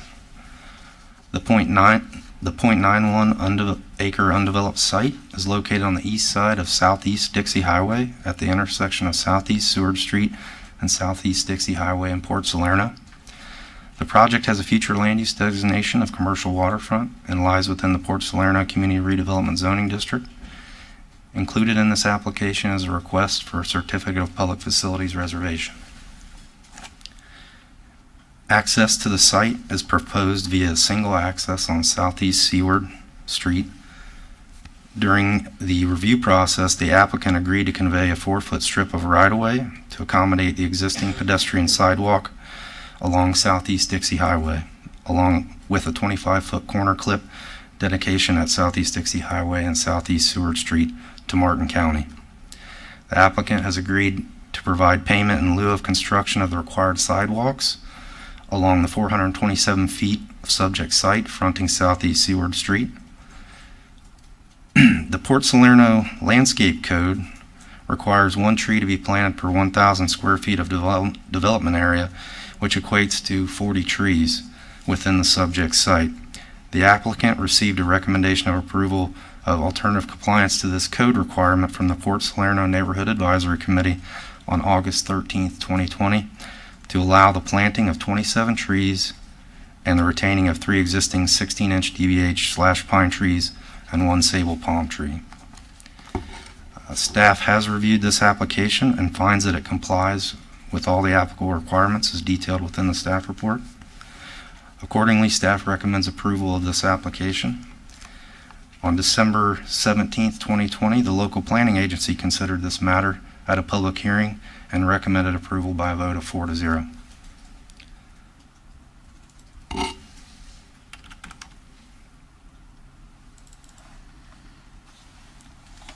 So with that, staff recommends and move that the board receive and file the agenda item summary and all of its attachments, including the staff report as Exhibit 1, and move that the board approve the final site plan, and move that the board approve the resolution accepting a warranty deed dedicating 4 feet of right-of-way to accommodate the existing pedestrian sidewalk along Southeast Dixie Highway and a 25-foot corner clip at Southeast Dixie Highway and Southeast Seward Street from Genie Investment Company and Arizona Corporation. And that concludes my presentation. I'll be glad to answer any questions. Does anyone have any questions for staff? Does the applicant have a presentation?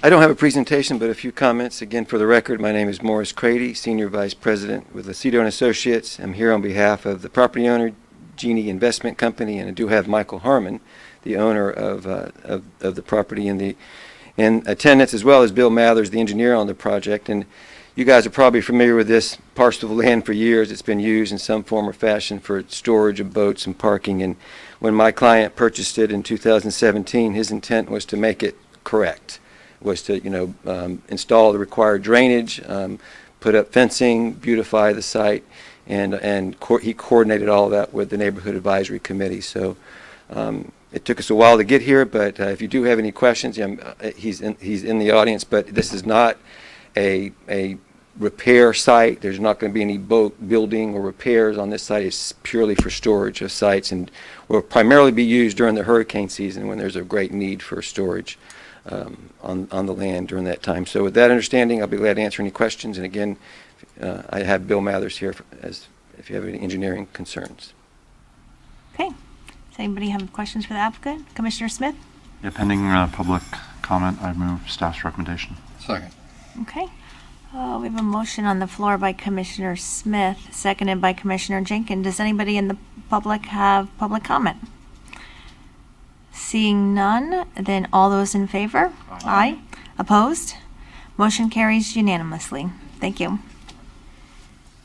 Okay.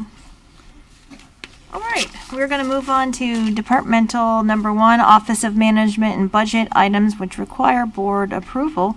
Ms. Jennifer Manning. Good morning, Commissioners. Jennifer Manning, O&B Director.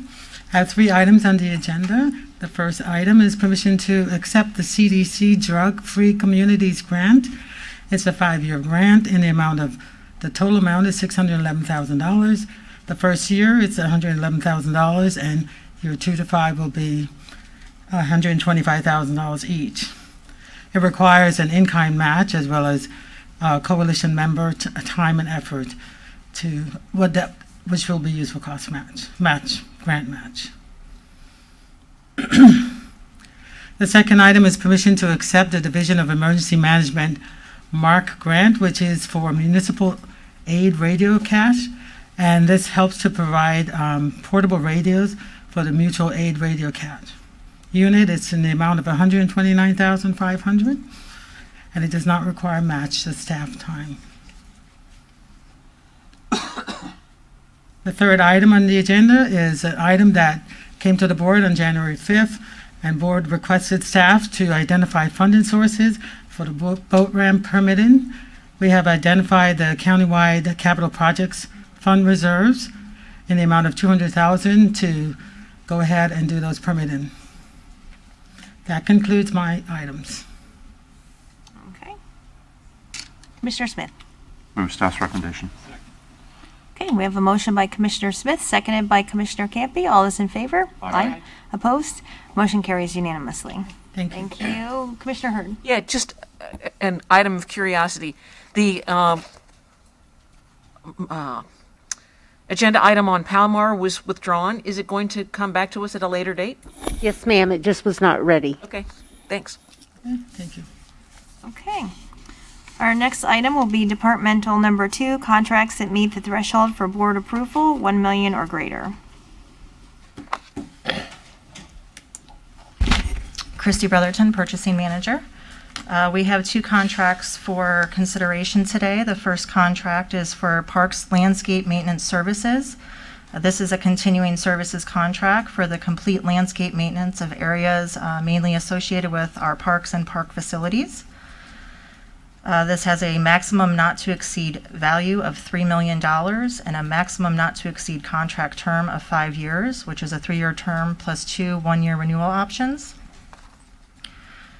Staff is recommending that the board award the contract to Kerner LLC, doing business as Kerner Environmental, and move that the board authorize the county administrator or designee to execute any and all documents related to this request. The second contract is for surveying and mapping services. This is also a continuing services contract. The maximum not to exceed contract value is $3 million with a maximum not to exceed contract term of 5 years. Again, this is a 3-year term plus 2 one-year renewal options. And staff is recommending contract award to 12 firms, being Avaram and Associates, Betsy Lindsay, Bowman Consulting, Caulfield and Wheeler, Civil Serve Design Group, DRMP, Engineering Design and Construction, Morgan and Eklund, North Star Geomatics, ServTech Solutions, WGI, and Wolpert. And staff is asking that board authorize the county administrator or designee to execute any and all documents related to this request. And that concludes this item. Okay, Commissioner Hurd. Yeah, on the Parks Landscape Maintenance Services, were the 8 bids all local? That I do not know off the top of my head, but we did have some local vendors. We still give local vendors consideration, We don't do, we? yes. Okay. Move approval. Okay, we have a motion of approval by Commissioner Hurd, seconded by Commissioner Smith. All those in favor? Aye. Opposed? Motion carries unanimously. Okay, and we're going to move on to departmental number 3. Is Chloe down here? Okay. Legislative program update and strategy. I consolidated this into a PowerPoint.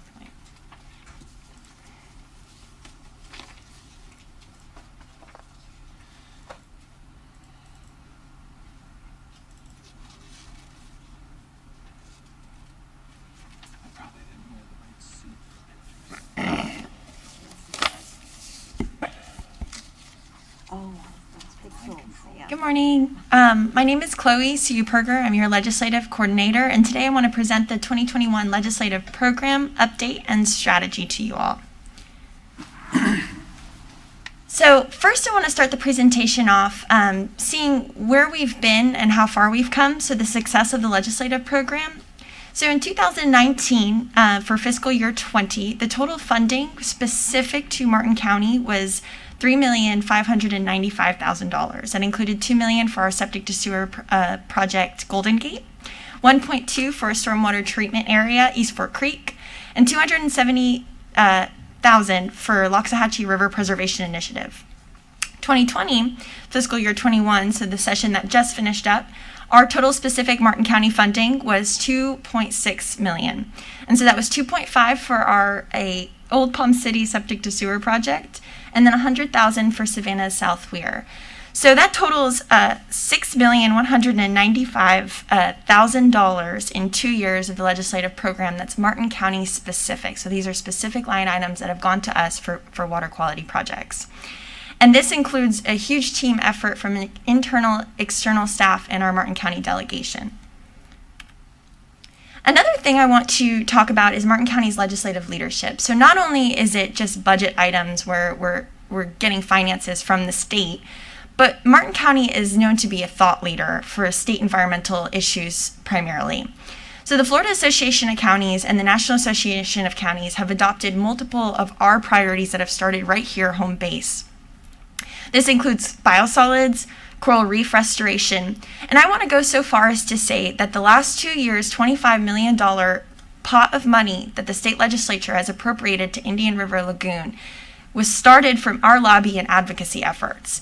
This is the first time in 2 years that this much funding has been specific to local match dollars, especially for septic to sewer conversion. And that was what we drilled home utilizing our delegation, our community stakeholders, and you all's voices going up to Tallahassee consistently to get that money in the budget.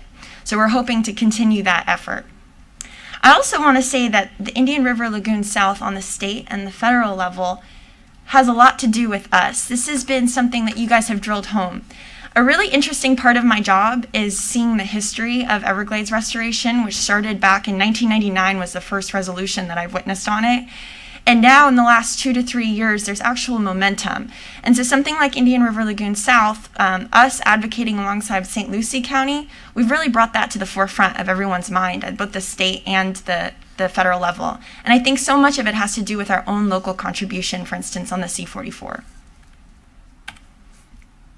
I want to also briefly go over some significant federal successes. So last year, the budget was passed on the federal side, including $250 million for Everglades restoration. This is significant. The year before that, the federal government put up $200 million for Everglades, so we increased. Yes? Can I interrupt just for a second? Sure. You do know or remember that was because Ed Campy was in Washington and specifically asked for those funds, and they were granted. That's how it happens. Exactly. You guys all make significant efforts to get up to Tallahassee where you know staff, not He just... said me specifically. Definitely. Thank you, Commissioner. I believe you are our chair leading the effort on that one. So a huge part of that $250 million is $149 million that's included in the work plan for the Army Corps right now that's going to IRL South. So $19 million to finish the C-44 and $130 million to construct the C-23 and 24 STA. So that's not set in stone yet, but we have very strong word that that's the work plan that they're going to go off of. So we got our fingers crossed, and I think we have a really strong effort going forward with IRL South. We also had in the same legislation, the WRDA 2020 was approved, which WRDA, we try to get that's the Water Resources Development Act. We try to get that passed every 2 years, and that authorizes all these new huge federal programs.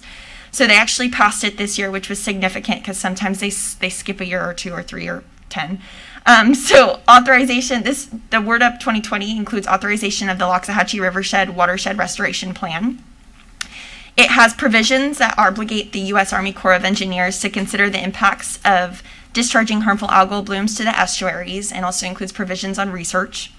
And it also has language that resolved a procedural challenge that could have delayed construction of the EAA reservoir. So that's specific to South Florida that was included in WRDA.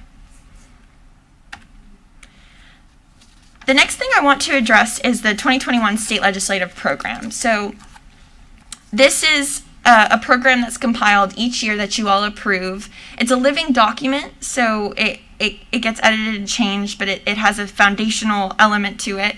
I've met with county staff, the 5 commissioners, so you all, as well as different community stakeholders in developing these programs. So the supplemental memo included a copy of it. I've given you an additional one that has some legal edits. They really cleaned it up and narrowed in on some of the language, so kudos to legal for that. And then the new copy will be made public. There's copies in the back for the public here, and then it should be on the website later today if you all approve the program. So I'm going to go through a few of the featured elements. It's pretty extensive, but there's some big highlights that are our top priorities. I want to begin by acknowledging our Martin County Legislative Delegation. We have Senator Gail Harrell, we have Representative Toby Oberdorf, and Representative John Snyder. I also don't want to be remiss in creating the acknowledgement that we had an amazing partner and ally out of Representative Magar, who finished her 8-year term with us. And I'm not kidding when I say that she worked into her very last day of the term for us on Hope Heights issues, other engagements with different agencies on some issues we had over the summer, coronavirus relief funds. She's a huge legacy that is definitely going to reverberate through the community for time. So thank you to Representative Magar. And in her shoes is Representative John Snyder, and I have full confidence that we have another extremely great ally up in Tallahassee. And obviously, Senator Harrell and Representative Oberdorf are immensely knowledgeable about our issues. So top priority, again, is septic to sewer conversion. We're going to be so bold as to ask for $4 million because that's the match dollars that we could also provide. And so the next project on our 10-year conversion plan is the Port Salerno New Monrovia project. So that'll be included in our request. We have Indian River Lagoon South. So last year we had over $600 million allocated from the state for Everglades restoration, but we want to continue that effort, especially on the natural lands component of that as well. So advocating for more funding on the state and federal level for Indian River Lagoon South. Palmar, we want to support state funding for Palmar land acquisition and Florida Forever funding for state land acquisition in totality. So this is a continued effort on our behalfs in Palmar. Some background is a combined effort between Palm Beach and Martin County on trying to get those natural lands set in stone so that we can have them preserved. We want to continue on the dedicated coral reef funding. As you all know, in 2014, the coral reef tract that starts here in Martin County and goes all the way down into Monroe County was plagued with the disease. Now, there's been increased momentum on finding research or funding research on the state level on it. We want to continue that because it's an effort that we need to keep going forth on, number one, understanding the disease, number two, funding restoration efforts. Another thing is Florida Resilient Coastlines program. As you all know, sea level rise is an imminent threat. So we want to make sure we're very supportive of any kind of legislation and funding that goes to helping local communities mitigate this issue. Another part of this is supporting language to name the Southeast Florida Coral Reef Ecosystem Conservation Area after Representative Kristen Jacobs. Representative Kristen Jacobs was a representative out of Broward County. She was a former county commissioner. She passed away last year. She was one of our strongest advocates, not only on county issues, but on environmental and specific to coral reef issues. She was extremely knowledgeable, and she was a great ally for Martin County specifically. We had a wonderful relationship. You all have met with her several times. And so we want to honor her by moving this effort forward and trying to get this named after her. Some more priorities continued are biosolids. This has been a multiple year effort, and this is a huge regional as well as statewide push on innovative technologies that would help convert biosolids to a more balanced product and help water quality issues throughout the state. I put the amendment to tree trimming protections. This is our second year going after this priority. Last year, House and Senate leadership were opposed to changing this language, so I believe this year we have a stronger ability to try and reform and protect or champion and heritage trees. Affordable housing is on there, so we want to support fully funding the Zadowski funds, which would provide SHIP dollars and affordable housing dollars throughout the state. Indian River Lagoon National Estuary Program has their own priorities that we support each year, and I know our chair sits on the council, so we want to make sure we push those efforts forward on the state and federal level always. The Loxahatchee River Preservation Initiative is a strong initiative between Palm Beach County and Martin County where they rank projects according to different technical variables, and then as a collective between the two counties, we march forward trying to get the funding for them. So we're going to definitely file our relative projects to this and advocate for both our projects and Palm Beach County's projects. We've been extremely successful with ascertaining funds with this in the past. I put the school board millage rate. We want to support returning the school board millage to a 2.0 millage, but I want to also note that we want to make sure that the county's contribution is equitable to what is received. And then PFAS is another thing that we've put in here. So we want to support state efforts in rulemaking to ensure that local governments are not disproportionately impacted for funding cleanups. We want to support funding for response costs, and we want to also support funding for research on the PFAS. This has been a big effort on the national level. I know National Association of Counties has done multiple presentations and has adopted this as a priority. So now moving into the state level on this one. And so those are our major programs. Like I said, I like to consider this a living document. So I outlined some of the things that we're going to be extremely proactive on. Often environmental issues that we set forward and we set the tone on. But a huge part of the Legislative Affairs Division is defense mode. And so that's combating some things because often the state has priorities that are in conflict with what we believe is best handled locally. And so we do a lot of different proactive policy measures in order to try to mitigate any attack on home rule, and that's in association with the Association of Counties, with different stakeholders. So that's a huge part of it. And obviously, communication with staff is so pivotal so that if anything comes up throughout the session, we all can maybe come to you to add something to the program or to make sure that we're defending the county as a whole. And so legislative session formally starts March 2nd, and it runs through April 30th. This week actually was the first committee week, and there's going to be some unusual protocols. They're still not set in stone. We have a little bit of a sense on how they're going to operate during the committee weeks, and so the House side will be open to the public. The Senate side has off-site locations for public comment. And it's going to be a little bit interesting. I spoke to the chamber today, and we've canceled the Research Coast Days, which was a huge advocacy push from not only the county but the local businesses to go up there annually and meet with a few members. And so because of those things, we're going to have to make sure that we have extensive coordination. So that means regular meetings with delegation staff. We already do this, but creating an environment where us, our senators, and our two representatives constantly are communicating. I have what we call the local squad, which is Hillsborough, Charlotte, Indian River, St. Lucie, Highlands, and a couple other counties, we meet every single week via teleconference to discuss any impending legislation. And this helps us narrow it down because other than Hillsborough, who we just really appreciate their company, we have smaller local government issues. So we kind of try to compare and contrast in that way, because we also have the Florida Association of Counties that also does communication. They do 2 calls a week, different coordination efforts on that end. We're scheduling a Treasure Coast Tri-County meeting, so that will be Martin County, St. Lucie County, and Indian River County, so you all could get together and create mutual legislative priorities so that we have a Treasure Coast push. And then, as I do each year, there'll be weekly updates that are emailed out to you all as well as made public on what bills are being heard and what to look out for and what meetings that we have had in the past week. Quick brief thing on the radar for the first week. We already have something we oppose, and that's Senate Bill 62. That's the regional planning councils.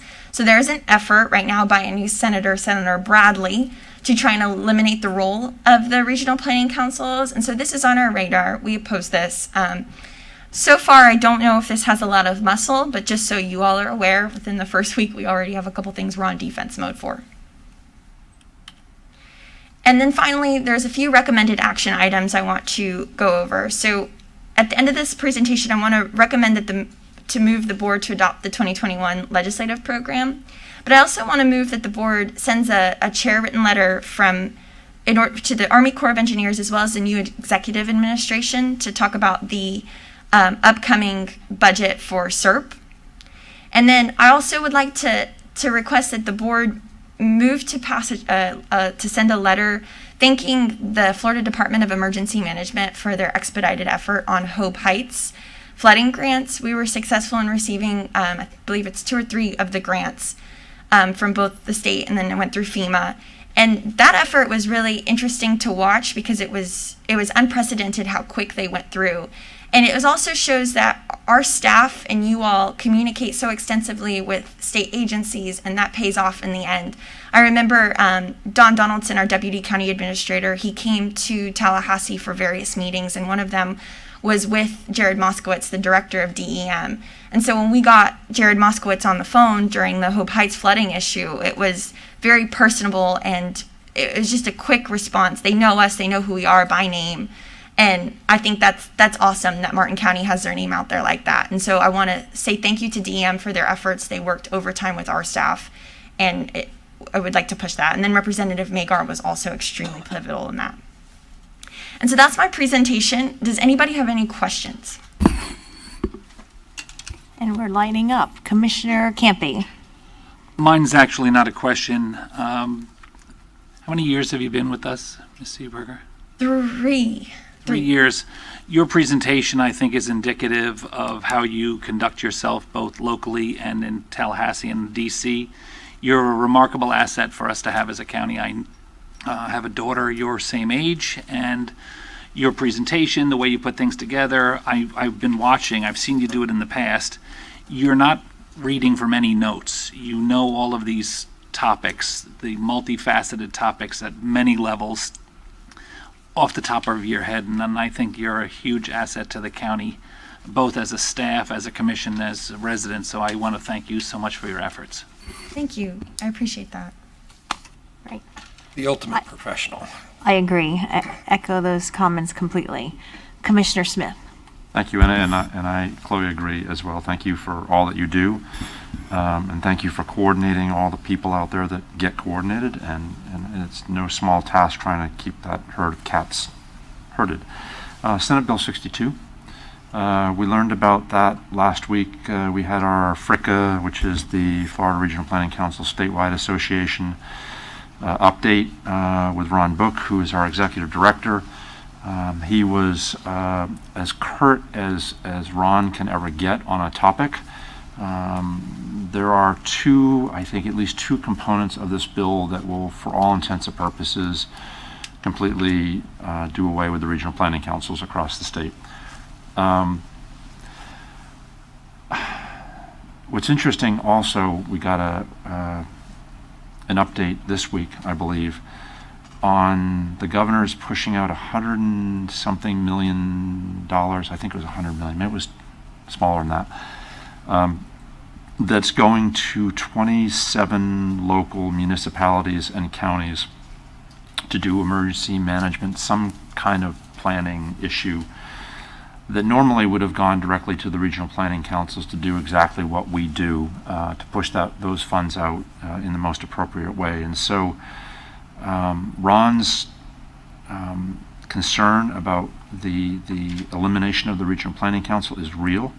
It is a leadership priority, which means that it's going to take a full court press for us all to communicate with our delegation.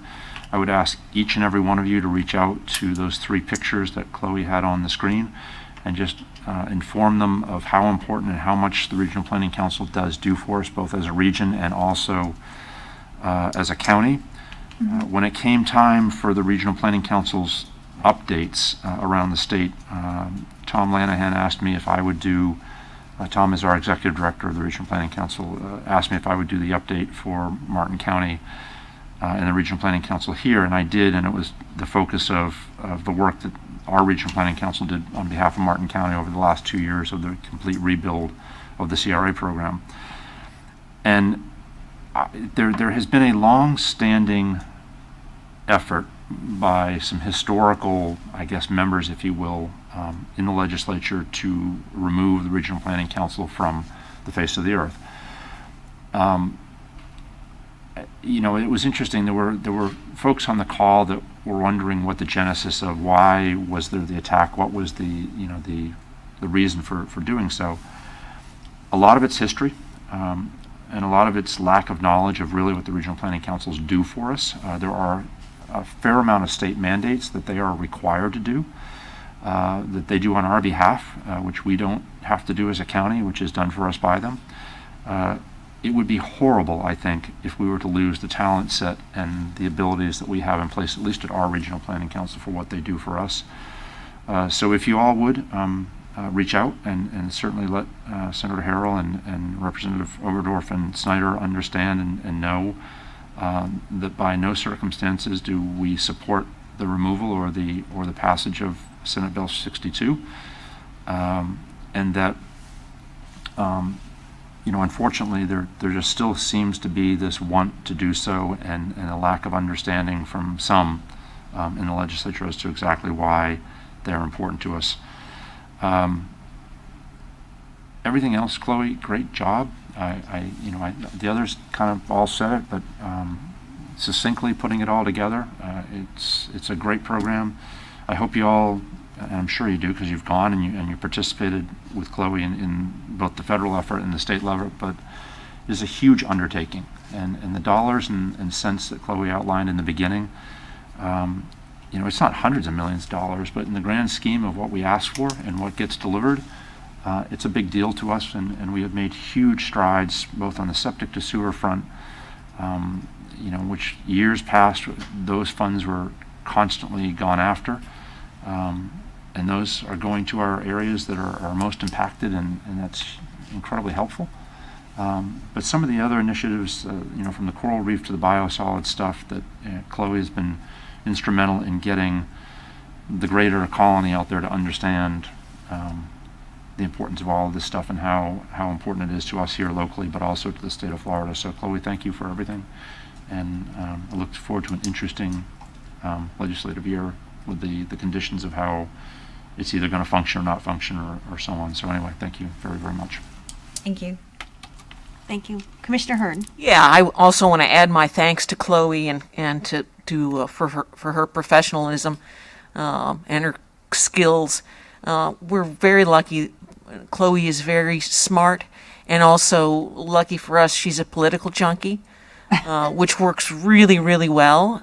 And I just want to say that one of the reasons that we've been so successful with our legislative priorities, both at the state level and at the federal level, is because we communicate in person. And this is why COVID is so bizarre and such a disadvantage for all of us. One of the reasons we've been so successful in Washington is because we go there a lot. We put a lot of pressure on our elected representatives in order to fund our priorities. So we're going to have to continue to do everything that we can to communicate directly and indirectly with our representatives and the decision makers. And also we need to also continue to constantly communicate with the Army Corps of Engineers to make sure that their work plan that they fund includes IRL South, because that $250 million must be spent. We want to make sure that priorities or projects in Martin County are funded. And also, I would love to see some significant biosolids legislation this year. I don't know how exactly to go about it, but maybe we'll have a better idea who to contact and what kind of pilot projects to try to prioritize. But I think that that's a real important legislative priority, and I'll be certainly supporting it. Thanks. Thank you. Great. Commissioner Smith? Madam Chair, if there's no further comments, I would move Chloe's recommendation, which are 3 points. Move that we adopt the 2021 legislative program, that we move that the board authorize the chair to send a letter advocating for federal funding, and that we move that the board send a chair letter in thanking emergency management for all their assistance, specifically, specifically, but it certainly would be mentioning the Hope Heights crisis that we dealt with earlier. Great, thank you. We have a motion on the floor, but I do have a quick comment and question. While we're talking about the chair letter and our delegation that you had pictured there below, they constantly step up during Hope Heights. You know, they were very proactive at stepping up for our residents, and I think providing a loud voice of advocacy and expediting what would have been an otherwise sluggish process. And I see that same commitment now with our vaccinations, that all three of them are up there really, serving as a voice to make sure that we get our vaccinations supply here in Martin County. I was able to talk to Representative Overdorf, who was up in Tallahassee yesterday, and I know Senator Harrell was up there as well.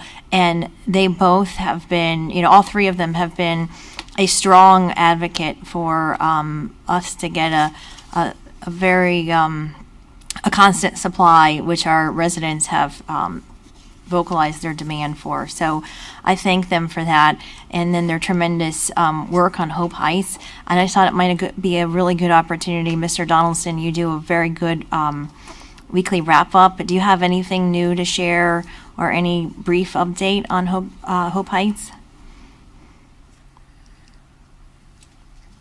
Commissioner. No, I don't have anything to add other than I have a strong belief that we will get all three permits. The one that is the last one is for 3 buildings that were considered due to their age, potentially historic, so it has to go through a more elaborate process. But the state recommended all 3 of them, and the 2 of them which were awarded, which was for the actually building the pump station and to provide long-term relief, and then most significantly getting the award to acquire the 10 houses to begin with, is huge. So, and I have full confidence really the other 3 fit the same criteria, just waiting for the federal government to do the final approval.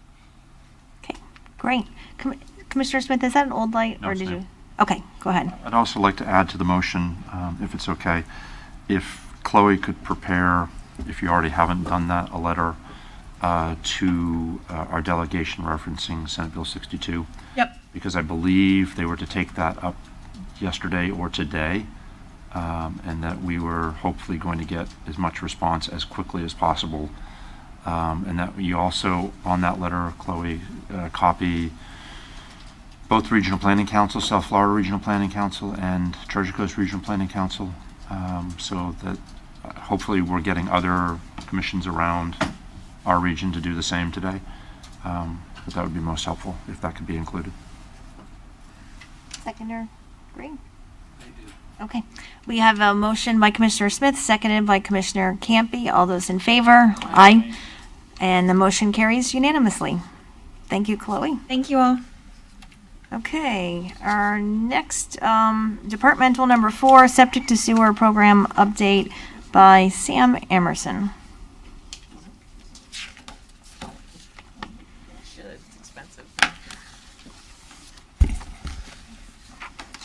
Good morning, Commissioners. For the record, Sam Emerson, Utilities and Solid Waste Department Director.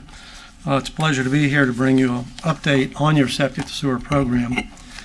As you recall, back in December of 18, you approved a large sewer program policy, which was a vacuum sewer systems to serve communities with greater than 300 connections. And then in March of 19, you approved a grinder sewer program, which would serve communities with less than 300 connections. And the primary goal of your policy was to provide sewer service to 10,000 homes over a 10-year period. And in order to do that, staff developed a 10-year planning document. It identified those communities that would require vacuum, those communities that would require grinder systems in order to meet that goal. Additionally, we've developed a 5-year working plan, and that's the basis of our annual CIP budget request for capital improvement funds. And if I could direct you to the PowerPoint, I'd like to give you a few highlights of where we are with the program.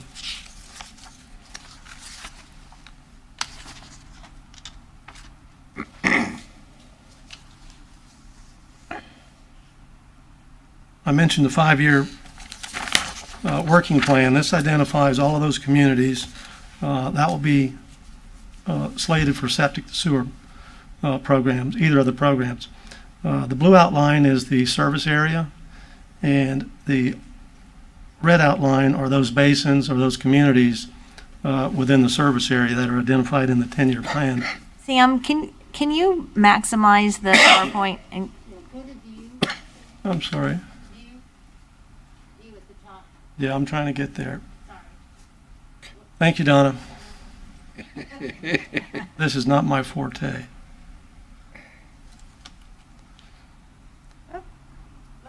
Oh, now it's sliding. Go back. There we are. Okay, now we're on. So this map identifies those areas. The outlined in red are all the basins and the communities that are in the 10-year planning document. And then in the 5-year document here, you'll see those areas that are in green are areas of communities that are slated for grinder sewer. The areas in the tan color are those communities that are slated for vacuum sewer system. And then in the red shaded areas, those are the communities that are outside of the 5-year program currently. And then along with that, we have a table that identifies the year in which those communities are anticipated to have sewer service available. We work very closely with the Public Works Department. I wanted to thank Jim Gordon and George Zama. They've been outstanding in coordinating with us with them. Their neighborhood restoration programs included drainage improvements and resurfacing. In an effort not to our schedule go in after theirs 2 or 3 years and then end up cutting roads after they've paved them 2 or 3 years earlier, we did a lot of coordination. We tried to accommodate their drainage schedule, and they've tried to accommodate our sewer system and water assessment schedule as well. And this is just a brief table showing those communities getting vacuum sewer, grinder sewer, and also the coordination with drainage and then paving as well. So typically, Public Works will go in, they'll do the drainage rehab in the neighborhoods. We will come in and do either the water system assessment or the sewer program, grinder or vacuum, and then Public Works will follow up with resurfacing, milling and resurfacing all the streets. So it's a complete project when we're done. It takes 2 to 3 years generally on those coordinated projects, but when we're complete, the neighborhood is complete for years to come. On the vacuum system side, we completed North River Shores Phase 2 in July of 19. We've had a 78% connection rate there. One thing we did, I think, that was that helped us with that connection rate is we competitively bid with plumbing contractors to install the lateral service from the house to the vacuum pit in the street, the abandonment of the septic tank, and also restoration of the yard. Purchasing allowed us to include a provision that would allow the second low bidder to match the low bidder's price. In this case, the second low bidder matched the low bidder's price, all the units for that installation, so we have two vendors with same pricing. Those are published pricing, so when a customer calls in, makes an appointment to sign up for their sewer account, they make one phone call, that's all they do. They don't have to coordinate a contractor for the lateral, they don't have to coordinate a septic tank abandonment.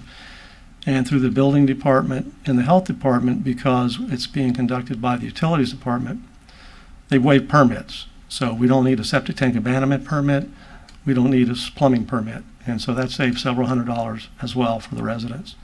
Typically in North River Shores, and speaking with those folks who had connected on their own, they were spending upwards of $3,000 for the connection. Our prices are $2,177, so a significant reduction for them and help them streamline the process of getting connected. Golden Gate has been awarded. It starts construction this month. We've been able to keep that pricing under the $12,000 cap. We continue to reduce that as much as possible, but the goal was to keep it under the $12,000. Old Palm City, we're going out to bid soon on that one. Should start in the fall. That's estimated at $11,500. We have gotten some grants that Chloe had mentioned earlier, $2.5 million from the district, which was tremendous shot in the arm there. And we're very confident we'll be able to keep that at that total assessment cost. And then new Port Salerno, New Monrovia, will begin the design next month. One of the items we've created was a poster for public education. This is describing the vacuum sewer system. It's posted on our website. We also use this poster for staff level public workshops. Before we go to begin construction in a community, we have public workshops, invite that neighborhood. We have presentations, we have Q&A, and we stay afterwards to show them the construction plans, where their service locations are. If they feel they'd like to make an adjustment on something on their property, we're able to do that with them. The picture in the top right, this is the actual photo of the North River Shores Phase 2 vacuum pump station. Fits well within the neighborhood, so we try very hard on the architectural side to make that fit in with the neighborhood so it doesn't look industrial. Neighbors have been very pleased with the results of those. On the grinder side, we've completed 5 projects with over 700 connections available on the grinder sewer program. Hideaway Isles we've received bids, and we'll start that in the spring 2021. And again, we've created posters for public education so people can have an idea graphically and of exactly how the system works and what system will be on their property and how it operates. In this case, on the grinder system, it's all completely on the private properties, on private property, and then the county will have that installed through our contractors. We bid that as we did the laterals, where we have now 3 contractors on board, and customer calls in, makes an appointment, they open their account, and we schedule it. We schedule the electrician, install the panel, the grinder tank, the pump, the service lateral, restoration, abandon the tank, and again, it's a one-stop shop. It's been very successful. This is simply a calendar the staff has put together. The project managers and the customer service department need to know what customers are scheduled on what day for the contractor to show up and begin the work on their property. So this is just a calendar to help them keep that coordinated so everyone's on the same page. And in October, you approved an amendment to the financing agreement with the Solar and Energy Loan Fund of St. Lucie County. That was a tremendous opportunity. It took quite a few months to pull that together, but with Don Donaldson's help and the folks from SELF, we were able to make that arrangement. And what that does is they'll be able to finance the grinder sewer program for those who don't want to pay cash. If you sign up and save in the first year that sewer is available, you'll receive a $1,000 discount. You can either pay $7,000 cash, or if you prefer, you qualify through SELF, they'll finance the $7,000 over 120 months. It's $85 per month. which we've got quite a few people have taken that and already lined up in the queue for that program. It's been very successful. They anticipated funding a minimum of 100 loans per year, up to 200, but they do have additional fundings available and have indicated that they're willing to fund as much as they have funds available for. Previously, real quickly, when we first started the program, you had approved an allocation of $200,000, which was to go for an installment plan, internal installment plan. That plan was customer could sign up. It would be $80 per month for 120 months, and a total of $9,600 over the life of the loan. We were only allowed to fund 21 projects, 21 connections with that. And so the comparison here is now with the self-financing, we can finance 200 homes on an installment plan. And the utilities receives the cash up front and not waiting 10 years for a repayment. So that's been a tremendous help. We've got a table here showing grant summary. The state revolving fund loan is not necessarily a grant, it's a low interest loan, but I included that because it has some opportunities for us. In Golden Gate, you approved submitting application and approved the application for the loan. It was a zero interest loan specific to Golden Gate. And moving forward, we developed a 10-year facilities plan, actually a 9-year facilities plan, and in 3 different funding cycles. And so we'll be submitting that. There's no obligation, but it just gets us in line for funding if the board so choose to utilize the SRF loan for either grinder, infrastructure, water system assessments, or the sewer assessments. We applied for the FDEP 319 grant. This is not for infrastructure. It is for actual assisting the residents in reducing their cost to connect. We were approved for $750,000. That will give a $1,000 discount to those in Golden Gate that want to connect to the vacuum system, and a $1,000 discount for an additional 250 grinder systems throughout the county.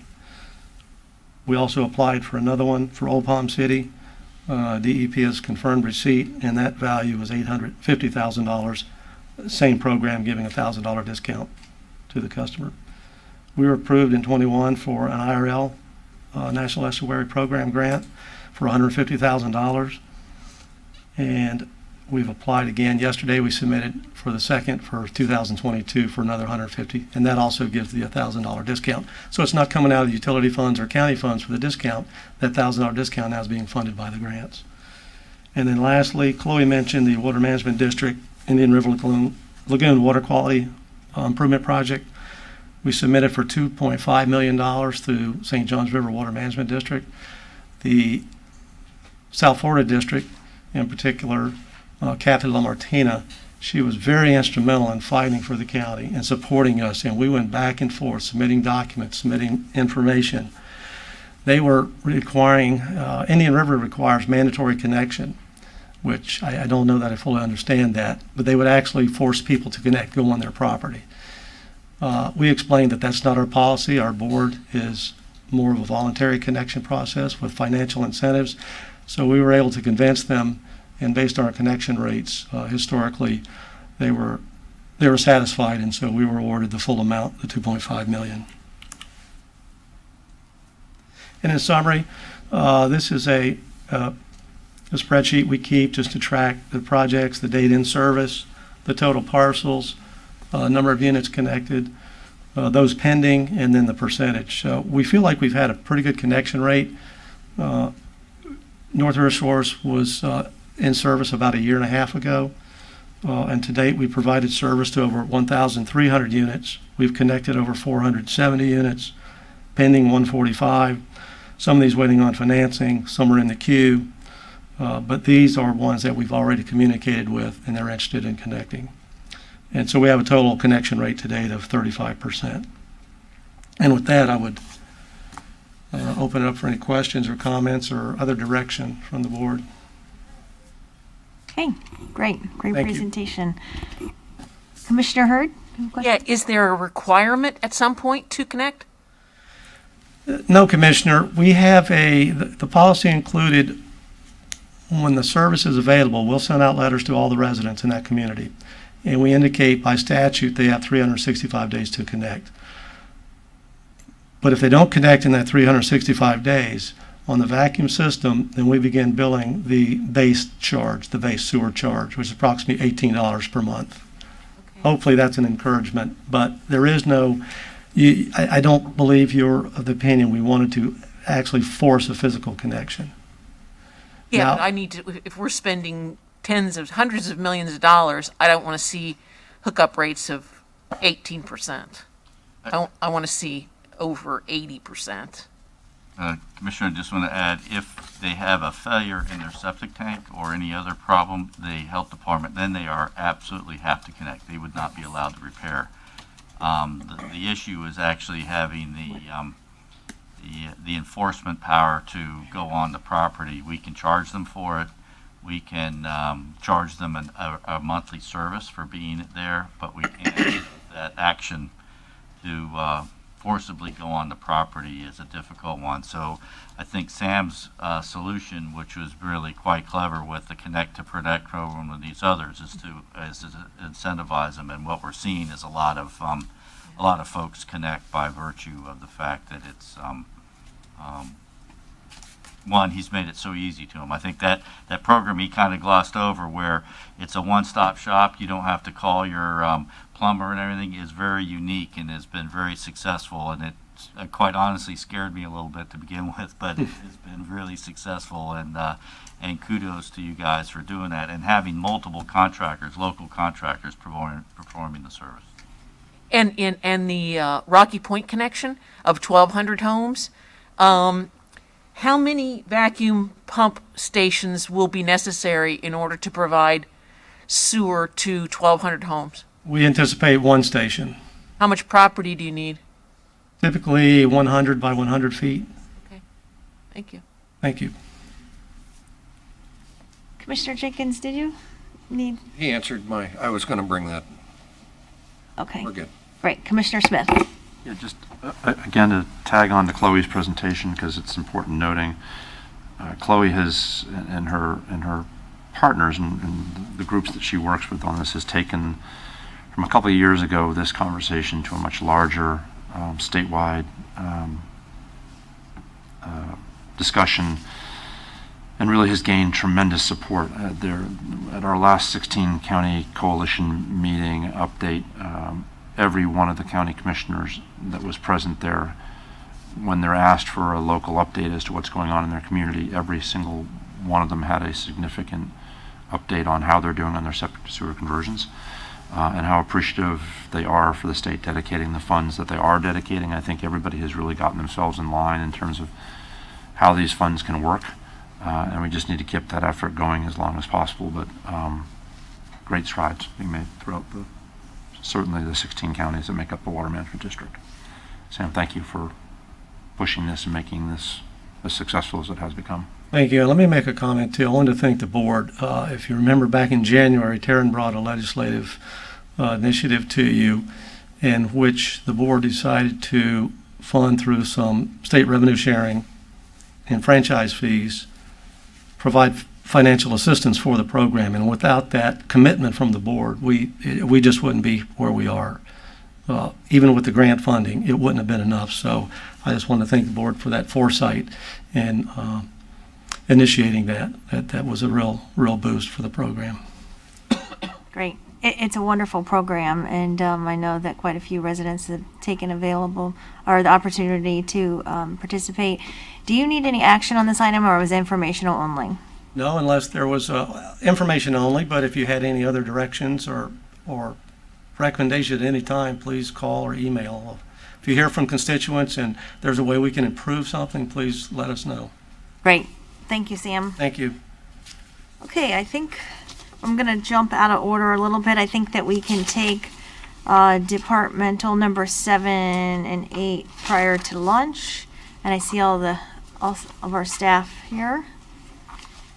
Departmental number 7 is the 6th amendment to the commercial lease with Triumph Aero Structures, removing 1.57 acres known as Parcel C at Martin County Airport, Witham Field. presented by Carla Segura. Good morning again. Ms. Segura, before you start, I have a family relationship with the president of Precision Jet, which this item is pertaining, and so therefore I will be abstaining for the vote on this matter.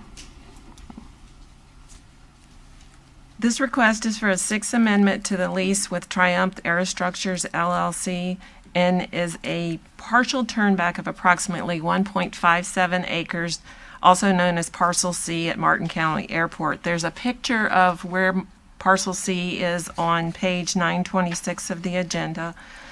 The county entered into a lease with Grumman in 1950, which was amended in 1963 to extend the term.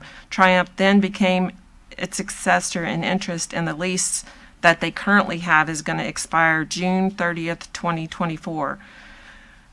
The original lease was for 63.4 acres, and in 2015, Triumph turned back 17.97 acres. And the 1.57 acres that they're talking about turning back this time is currently being subleased, and upon acceptance of the turnback and the next item, they will do a partial release and release the sublease from their lease agreement. Triumph's annual base rent will decrease upon their pro rata share of the property by $11,700.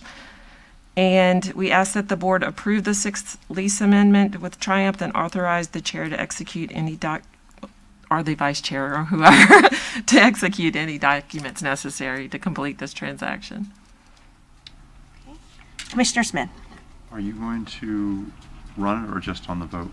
I was going to run it and abstain for the vote. Good. Move approval. Okay. Second. Okay, we have a motion by Commissioner Hurd, seconded by Commissioner Jenkins. All those in favor? Aye. So the motion carries 4-0 with unanimous, 4-0 with Commissioner Hetherington abstaining. I'm going to think that through for a second. Okay. And Departmental number 8, approval of a short-term lease agreement with Precision Jet Center for parcel at the Martin County Airport Witham Field. And again, before you begin, I have a family relationship which would pose a conflict with the president of Precision Jet. Therefore, I will be abstaining from the vote on this matter.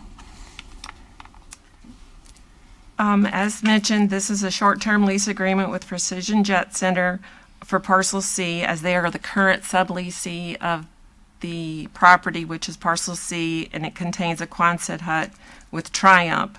And in the meantime, they want to do a short-term lease agreement on this while the county goes out to RFP to issue on this property for competitive bid. The short-term lease is for 6 months with one renewal period of an additional 6 months if necessary, with notification from the tenant, and monthly rent will be charged upon the RFP bid once the RFP bid is awarded. Rent will be $10,260 for the 6 months or $1,710 per month.